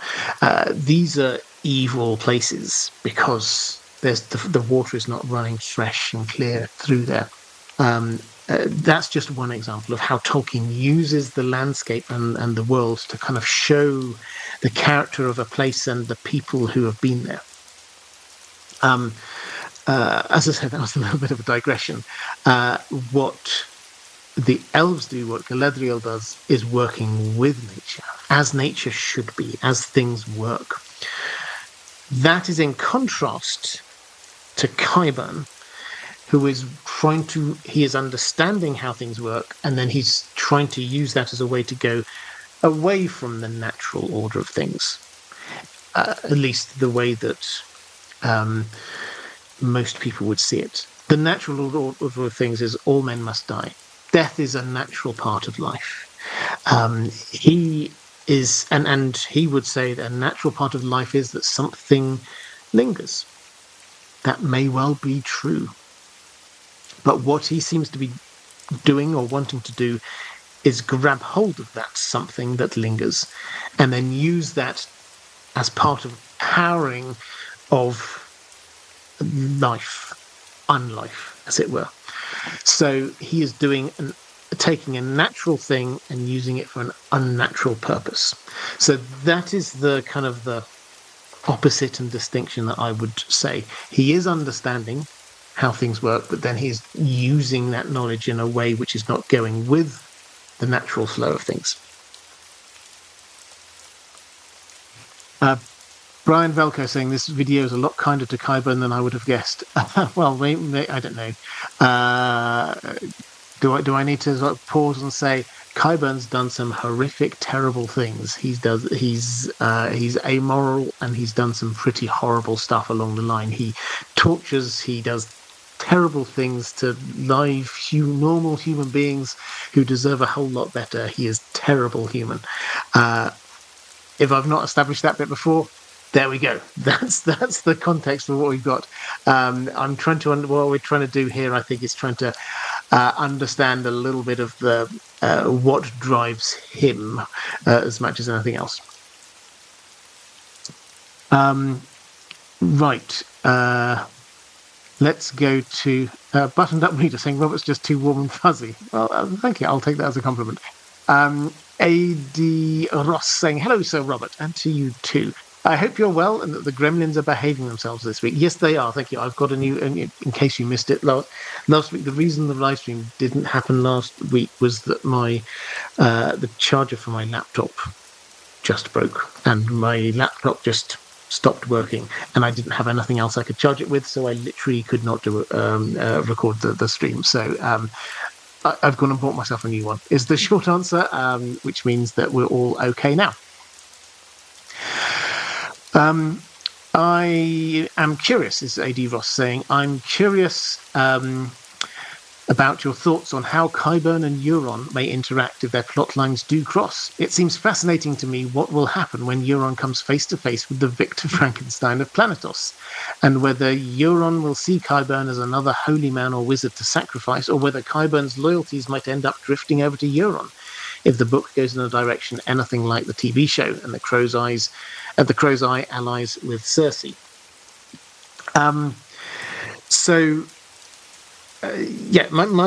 My central working thesis is that for these characters, Cersei is going to muck things up in King's Landing. Pretty much everyone thinks that. She has to escape to Casterly Rock. George R. Martin has told us we will see Casterly Rock. That all kind of makes sense. Euron is going to do terrible and dark things down on the southwest of Westeros, but he is going to fail in his mission in capturing Daenerys. He will therefore potentially be looking for a new bride, and Cersei is there, and that therefore makes sense that they hook up in some way. Added to which, when Aeron has his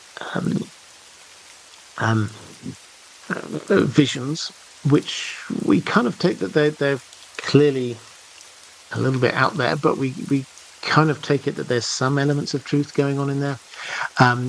He seems to have a woman standing next to him, tall and cold and beautiful. So that kind of matches with what Cersei might be like. So it makes sense. It's not going to be the same as what happened on the TV show, but the two of them kind of joining up in some way does make sense. So the idea that Euron and Qyburn might interact in some way is there. How will they interact? Well, I don't think that Euron will see him as like a holy man or something. He seemed to be kind of collecting wizards, holy men, and the mother of his unborn child to be acting as sacrifices. So I don't think that he would be using Qyburn as that, because Qyburn is effectively a maester. Now, Euron wants to create death and destruction. If he discovers or finds out that Qyburn can create zombie mountains and the equivalent, Euron will be interested. So my instinct is that he will wish to use Qyburn, and he will potentially have a whole host of things that he can give him. Euron's always like coming, and now I found this Dragonbinder magic horn. Oh, and I've got some Valyrian steel armor. And I once had a dragon egg. And he's like always producing like that. I've got this as well, by the way, which he got from his plunderings in his earlier days. So it would not surprise me if he like comes out with something and say, well, would this be useful to Qyburn? And Qyburn's like, yes, it would.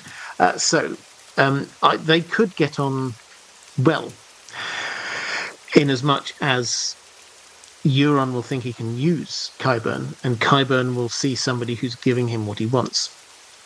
Qyburn, however, is not stupid, and I think he will be able to see what Euron is like, and will be very wary of him. So I think that's, if I had to guess, that would be the way it would go.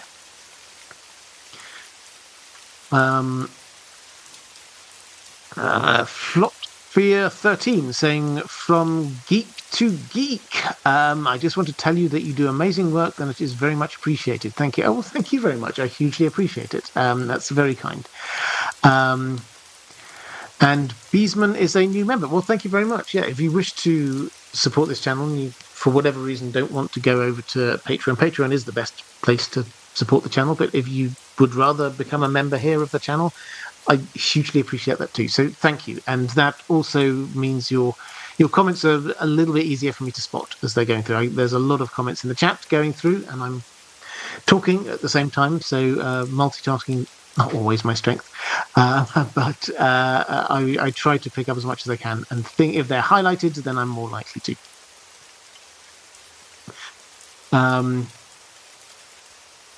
Yeah, Michelle Raimo pointing out that also Euron would be very happy giving him test subjects. Yeah, I think that's very true. Catherine Furseth, what do you see Qyburn's role and arc going forward in the story? Is he going down with Cersei in the end? Yeah, so I sort of answered this a little bit when I was answering other questions. So I see that he will tie himself to Cersei for as long as she is able to provide the things that he wants in order to do his research. The same will be the case if Euron does come onto the scene. If they crash and burn, then he is not going to hang around. He's going to find somewhere else where he can go off and do some research. And I suspect that he will not think that that's in Westeros, because realistically, he will now be so associated with Cersei that there will be people out there who just, even more than before, won't want anything to do with him. He already associated himself with an Essozi sellsword company last time when he was down on his luck. So I think he will end up just getting on a boat and going to, assuming he survives, getting on a boat and going to Essos. I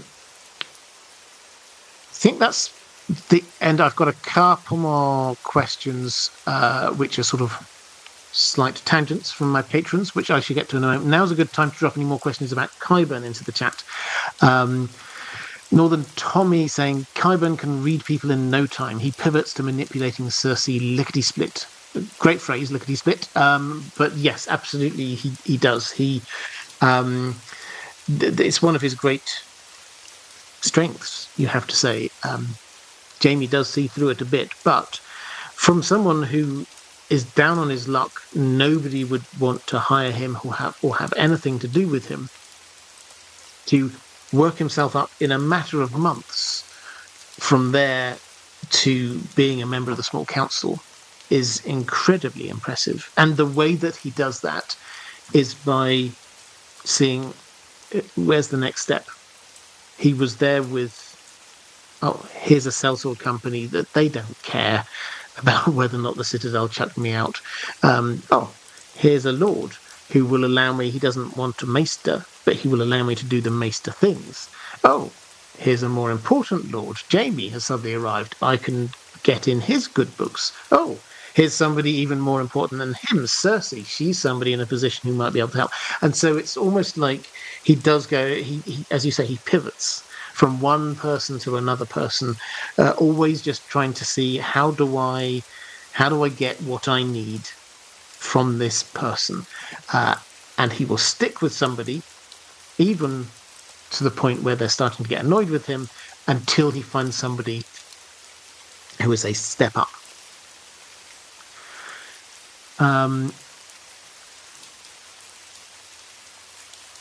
Let's go to a question. So, Caius Ballerina, will Frankenstein get his bride? Phallus, maybe. Robert Strong, but you sort of clarifying here. Yeah, it's not something I've thought about. It's quite a horrific idea, but yeah, so Cersei has sent a number of women down there, and he actually seemed to prefer having female subjects, it has to be said. We don't know exactly why. Maybe it's something to do with the creation of life. Who knows? So will the next zombie we see be a woman? It's entirely possible. Will that be the bride of Frankenstein, as it were? Quite possibly. Yeah, Phallus Stokeworth, an idea.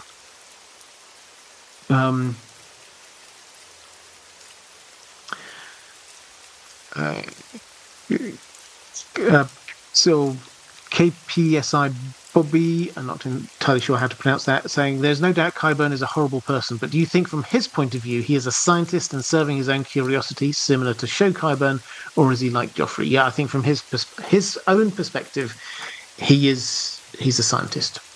I don't think he actively. I mean, he's never given any impression of actively wanting to hurt or to do harm. That doesn't seem to be getting enjoyment from it, which is what Joffrey did. He just wants to do his research. House Ballerina saying, I bet he'd make headway in Qohor.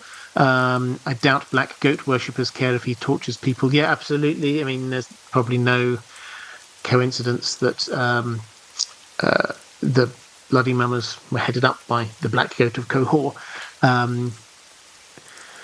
Reflective Rambling picking up a question from Peace Unity. Thank you. I love it when people pick up questions for others. It's very generous. Saying, what do you think the Faceless Men would feel about Qyburn's activities? Do you think their paths may cross?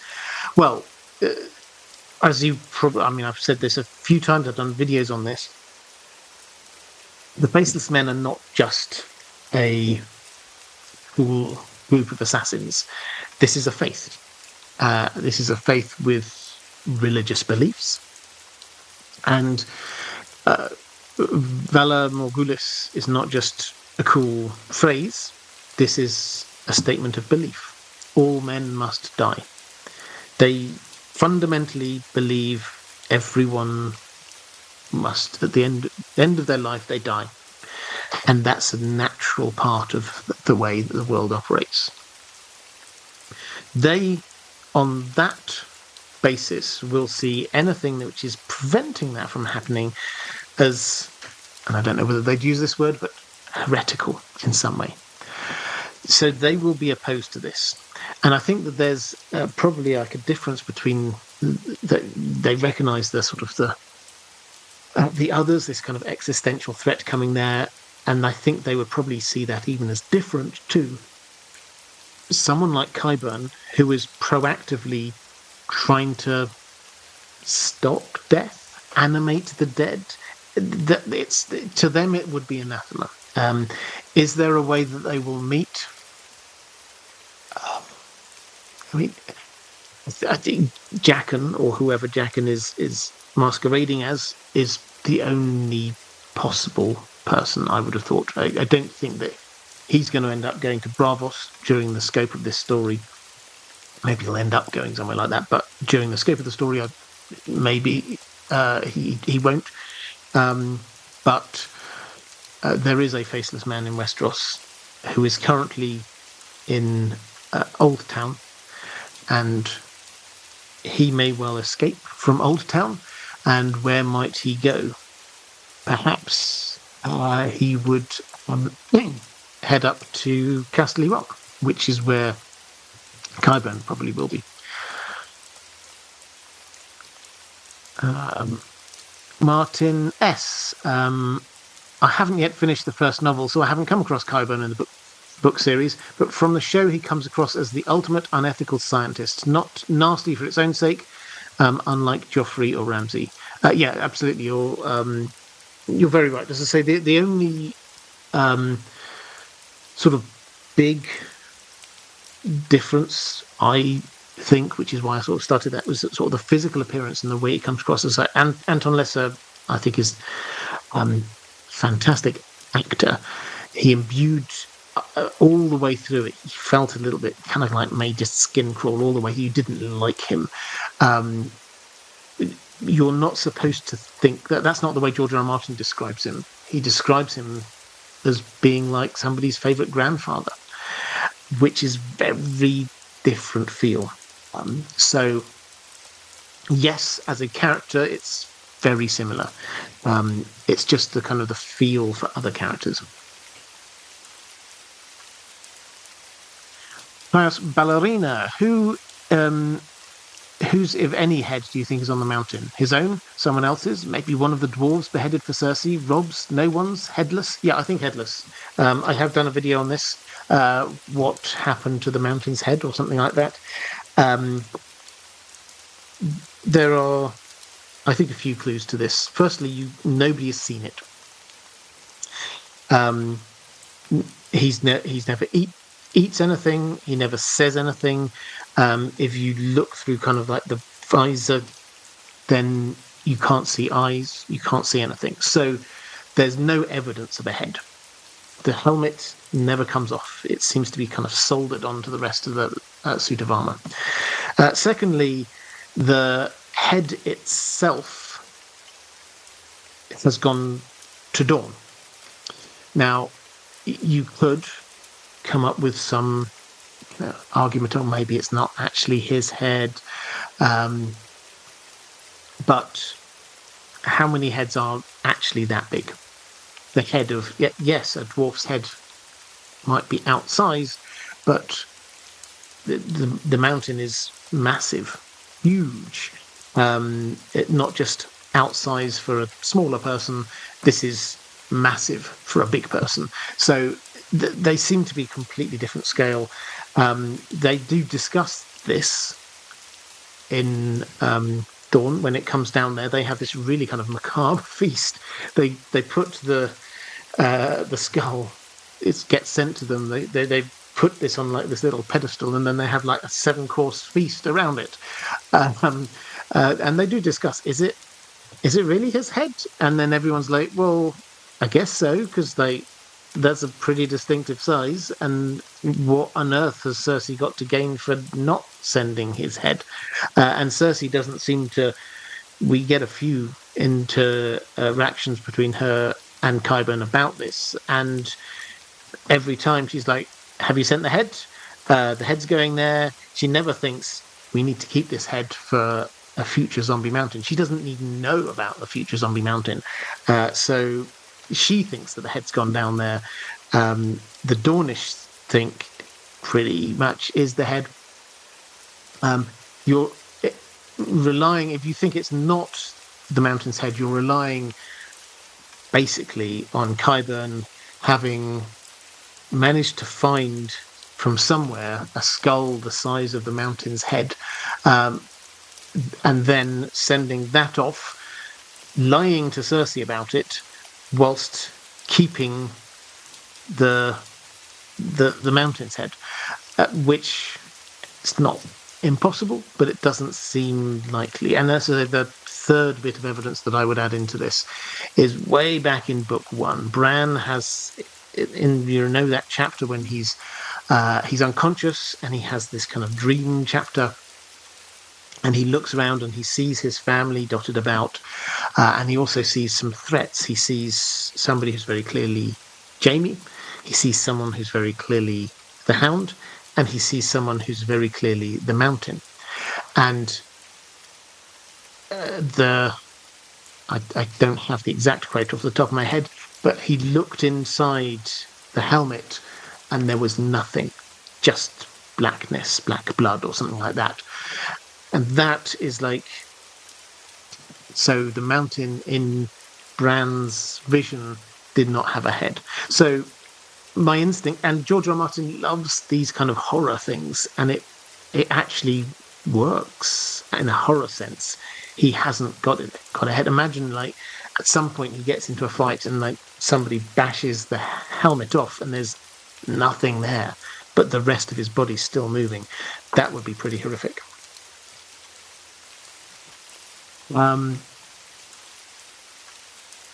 Christy Moniz saying, does Qyburn experiment with grayscale should an outbreak occur?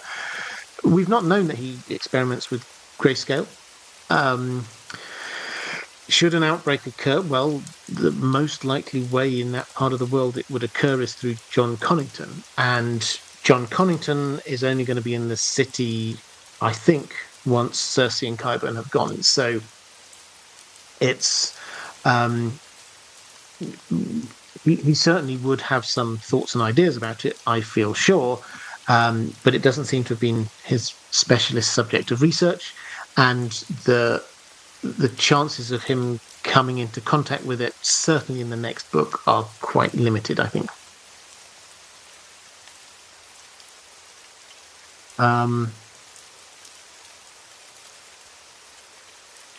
Chaos Ballerina saying, compared to the Firewights, Robert Strong lacks agency or personality. Is it because it took so long for him to come back, or the method with which he came back? With no personality, how is he controlled without warging like Ice Whites? So the last one, I think, is the last question there is the bit I'm most fascinated by. I mean, in terms of the first bit, saying he lacks agency and purpose, personality. Yeah, he does. We've not seen huge amounts of him, but when he's kind of described as like he just like stands there, or he picks up Cersei. So, is this because there's something that lingered? If we're going with this as the Qyburn's theory, there's something that lingered of him was loyalty to the Lannisters. It's entirely possible he was very loyal to the Lannisters, and is that the thing which is just still there and driving him? Certainly, our working thesis is that the longer that a body is dead for, then the less lingers. And yeah, so he was dying for a very long time. So how is he controlled without warging like the Ice Whites? That is the question I think we do not have an answer to. Because Qyburn, the creator, certainly doesn't, in the kind of description that Cersei was kind of out of it at the end of this chapter, but when she arrives back at the Red Keep and kind of collapses and Robert Strong carries her, we certainly don't get the impression of Qyburn being there with like a little control pad, or even having to concentrate to go, now you're going to do this. He certainly doesn't seem to be skin changing into him. So we don't know how this works. My best guess is that they, or he at least, and we'll have to wait and see others, is that he has only the degree of agency to be doing the thing that he needs to be doing. So it's almost as if Qyburn has somehow managed to sort of extract what lingers as being, you're loyal to the Lannisters and you do what you're told. And so that's his personality. But we don't know. Maybe we will get a little bit more information.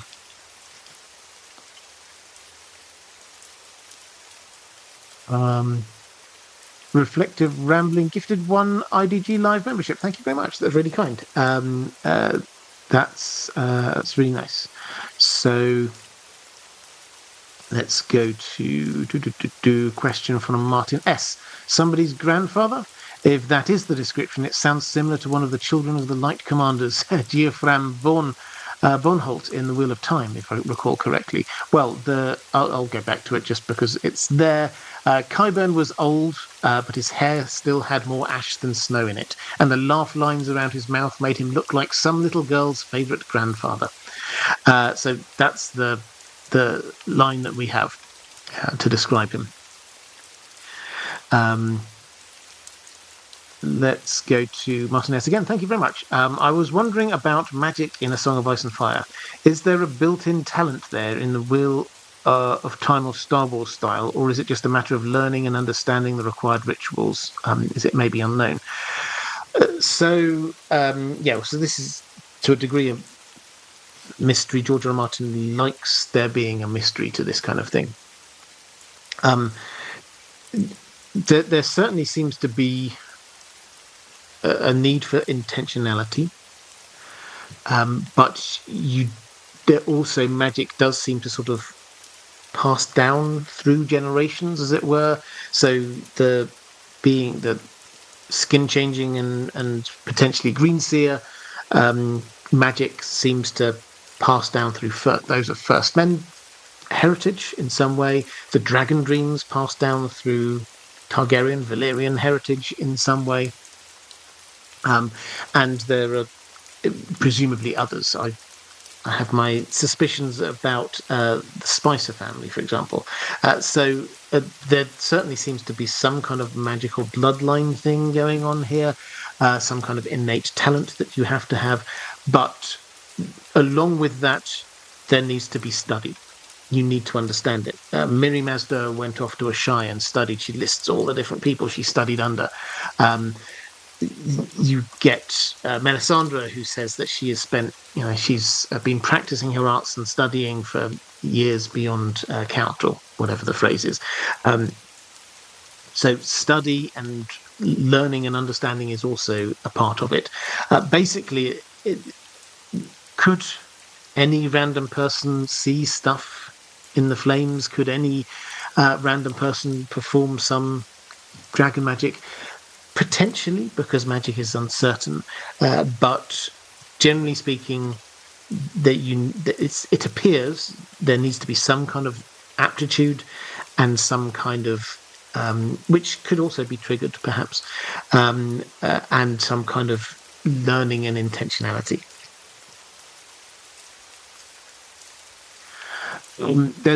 You can go if you're interested in George R. R. Martin's longer thoughts on it. There was ages ago, History of Westeros did a really interesting interview with him, and he talked about this. He talked about this a few different times, but I remember particularly watching that, and he talks about how he deliberately he wants magic to be a mystery, in that he thinks that if you know the ingredients, if you get an eye of a newt and a leg of a toad or whatever it is and put them in and stir it a certain amount of times clockwise or whatever, then this will produce this effect. If you understand all of that, then the magic loses its mystery. It loses the kind of the fear underlying that, what is this? I don't understand it. And so he deliberately does not wish to explain it. And I think that applies for who can be doing this magic, as well as how the magic is done. Okay, let's go to a couple of questions. As I say, I've got a couple of questions that are not directly linked to Qyburn. Like Martin S. has another question. Before I could do that, Martin S. Asking, follow-up to that, put another way, could anyone who got Melisandre's knowledge transferred into their mind do Melisandre things, or is some minimum strength required? Well, that's the bit that we don't really understand. So certainly there is an element of, is this a magical person?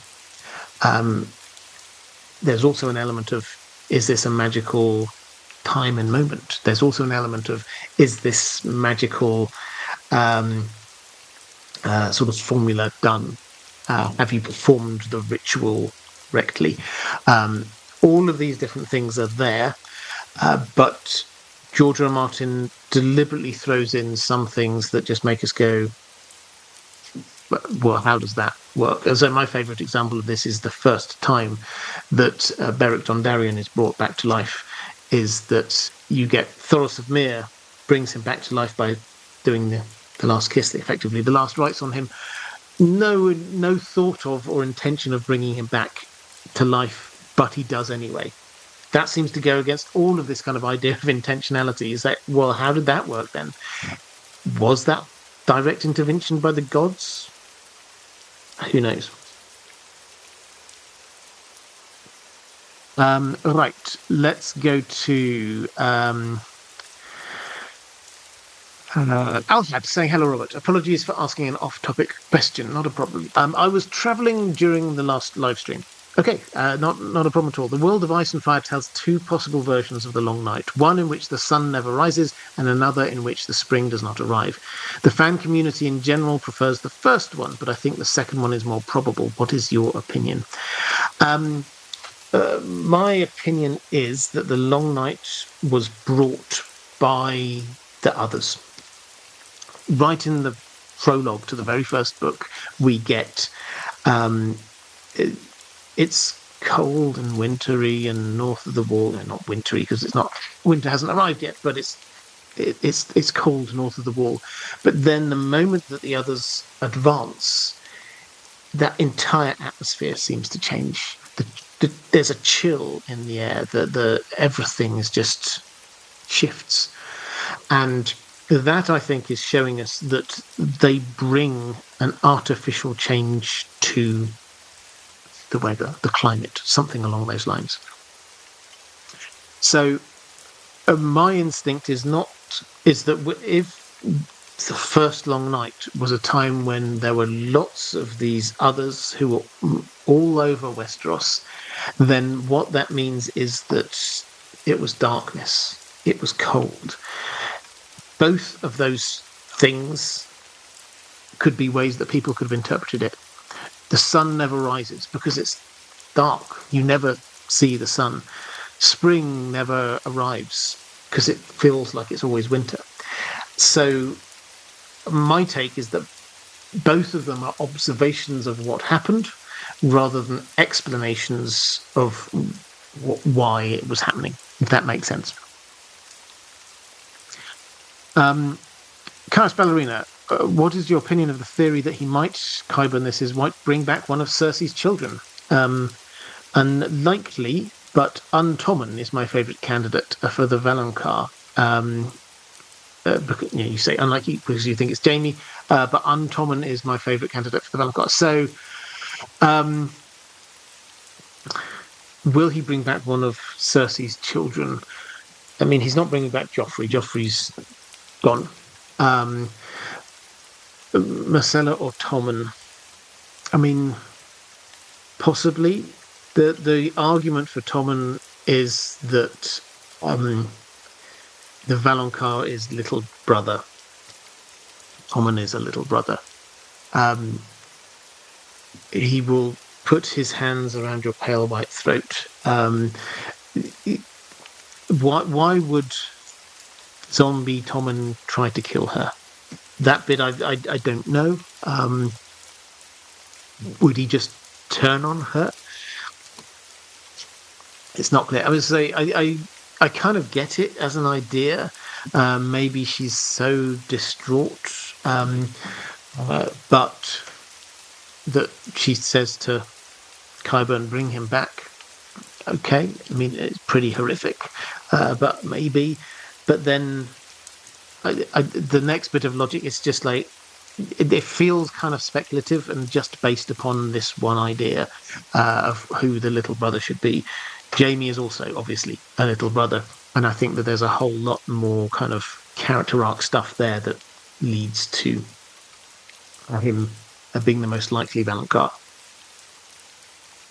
With the Valonqar, as in who is going to kill Cersei, then there are a number of possible candidates that could work. Everybody seems to have their own favourite. I think the most likely is Jaime, but I don't think we're far enough through the plot to sort of say 100% that this is going to be Jaime or this is going to be anyone else. Let's go to question from Ranabe Mitra saying a recent video about the Where is the Mountain's Head is another case where I wonder if George R. R. Martin took inspiration from Tolkien. The mountain not having a head is like the Witch King with no head but a crown. What do you think? I know that we're not going to get any clarification on this, but here's the fantastic quote. Well, thank you. I will happily read out the quote. Always happy to read a bit of Tolkien. This is when the Witch King is at Minas Tirith. The gates have been blasted open and he goes through and this aura of fear goes before him. Everybody sort of scatters except Gandalf on Shadowvax.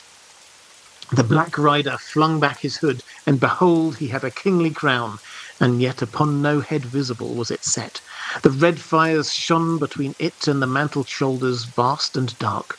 From a mouth unseen there came deadly laughter. So, is this something that might be an inspiration? It might be. It absolutely might be. there is a difference, clearly. But with the Witch King, you couldn't see his head, but if the rest of his armor wasn't there, you wouldn't be able to see that either. He was all invisible. The zombie mountain is physically there. It's just that he doesn't have a head, but you can't tell because he's got a helmet on. So maybe there's an inspiration there, but it's a sort of a slightly inverted one. And let's go to Martin S. I think you're still in the chat. You asking a question about the Wheel of Time. You're saying you've been working on a model of how the 1 power strength rankings actually map to underlying ability, and I'd love to hear your thoughts. And you created this kind of multiplicative model, and you just wondered. I hope you'll forgive me for not reading out all of the details of your calculations on the stream. I found it really interesting that what you did. I tend to I would agree whether we should trust Asmodean, but saying that male magic users are stronger than female magic users in the same kind of proportion that male arm strength is stronger than female arm strength. Perhaps that's true. Certainly, you get characters like Rand who are incredibly powerful. What I would say is that I really liked your kind of workings out there. I would say that for me, Robert Jordan works. We often kind of like say, this is a hard magic system, this is a soft magic system. Brandon Sanderson has a very hard magic system. Everything is explained. It all comes out over time when you're reading his books. This is what this means. This is how you do that. You have to produce these things. All of that there. Someone like Tolkien, a much softer magic system. Gandalf just did this, and there's no real explanation for why. Galadriel has this power. What does that mean? And it's a lot softer. Both work. The way Robert Jordan tends to work is by mixing. At least my take on it is mixing both of these. So he has elements of this kind of like hard magic system with the explanations, like how weaves sort of work, the attributes of magic. He's got like the angreals, and here's how you sort of boost your magic by doing this. So there's a lot of kind of explanations about how you do these different things. But he leaves a lot unsaid. There's a lot of instinctive magic that happens that isn't just you do this and then you do this and you do this. It's not in order to harness your magic, you need to look inside, and there's the leaf or the flame or whatever. Particularly with kind of the male use of magic, very instinctive. So he kind of does a little bit of the both. It's almost like he has the foundations with hard magic, and then the stuff on top is kind of the soft magic. Whereas we can sort of say, therefore, we've got these different types of gradations of power, that I think is part the foundations, and then the top bit is left deliberately vague by him. Okay. Samuel Hyatt saying, what do you think of the chances of seeing the mountain that rides as a headless horseman parallel? Maybe he leaves King's Landing to go to war in Winds. I like all of these kind of like the parallels. This is one of these things. One of the wonders of George R. Martin's writing is the way that he does use these kind of inspirations from different places in other fantasy fictions. And just in this story here, we've obviously got the Frankenstein thing there. We've got the Witch King we were just talking about here. Now we're talking about the Headless Horseman. One of these things, if he hasn't got a head under there, at some point we will see this. Now, in the short term, while Qyburn and Cersei are just there in King's Landing, I suspect that they're okay with this idea of we're still pretending that this is just a night. Polite society is not asking us about it. Everybody's a little bit uncertain. Kevin doesn't like it. He thinks there's something very wrong going on, but nobody's directly challenging it, and that works for them at the moment. So the helmet stays on. Later, once she's kicked out of King's Landing, if she does team up with Euron, then I don't think that they will care huge amounts if people see there's a headless person wandering around. And yes, he can ride, or he could definitely before ride the mountain. Who rides could be a headless horseman. So is that a thought which will cross George's mind? I mean, I think it certainly would entertain him. So yes, we might see it. I suspect not early on, but perhaps a little bit down the line. Carl Carstmark says, somehow Gandalf survives. We're actually told how Gandalf survived, so that bit wasn't quite so soft. And Caius Ballerina picking up a question for Ephraim T. So thank you very much. Robert, Qyburn knows Marwyn. Do you think he's been to a shy like Marwyn? I mean, he doesn't mention it. So, I mean, that doesn't mean he hasn't been there. The impression I got with the Marwyn connection is not that they were best buddies. It's just that Marwyn was the only one who was going, that makes sense. Everyone else in the Citadel was like, you're counting up people? That's horrendous. And Marwyn was the only person who was there going, oh, okay, so the results you're getting, I understand that. That kind of works. So that's it. And so when he gets chucked out, he may well have known him reasonably well, but when he gets chucked out, the person he remembers, and it is like they all hated what I was doing and chucked me out. Oh, Marwyn was different. He did. I kind of get the impression that this was used by George R. R. Martin as a way to just create an impression of Marwyn before we meet him. He drops him in again in book 1 when Mary Mazdur is saying, oh yes, and I was trained by one of your maesters. And Jorah's there saying, yeah, really? What was his name? What did he wear around his neck? And she says his name was Marwyn. And it's like, okay, is that supposed to mean something to us? No, but we'll log it at the back of our head. Marwyn, he's a maester who is engaged in magic and has been travelling. And then we get this other mention of him. Oh, he's a maester who engaged with, in some degree, what Qyburn was up to. So we're creating this image of him before we even meet him. So my general take is that the mention of Marwyn is as much to be building up Marwyn as our understanding of what Marwyn's like, as it is trying to build up our understanding of what Qyburn is like. So a slightly long way round of getting to it. I think what I'm saying is there's no impression that I get that he therefore was like best friends and they went off to a shy together. That doesn't seem to be the feel we're getting from that. But it doesn't mean that he didn't go to a shy either. It's just we've not been told about it.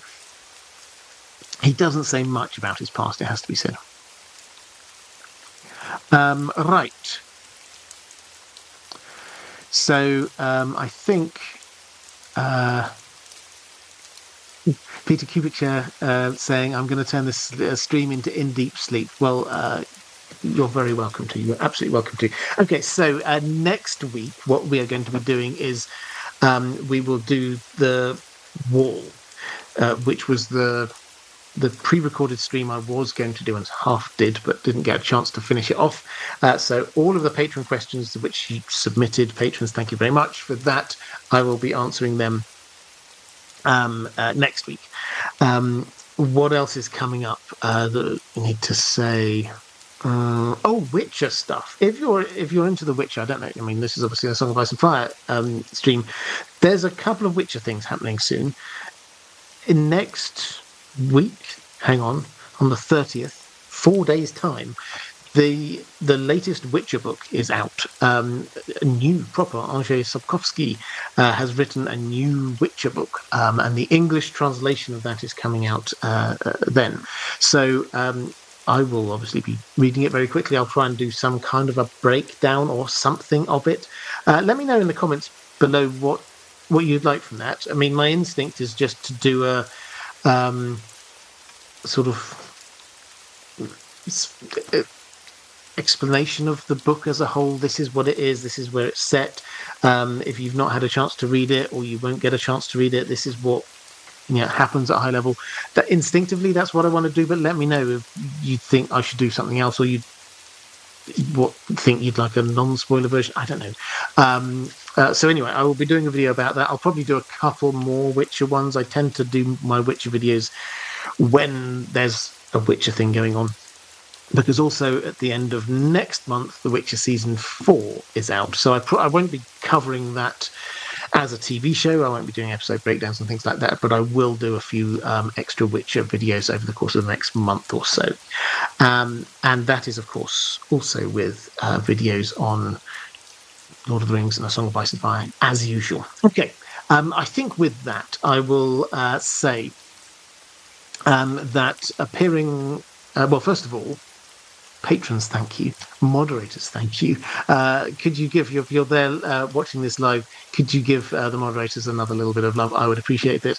But if you are watching this back a little bit later, appearing somewhere around here is going to be a link to other live streams that I've done. Appearing somewhere around here is a link to Patreon. Patreon is the best way to support this channel if you wish to do so. Okay, that is all for this time. Thank you so much. Some fantastic questions again.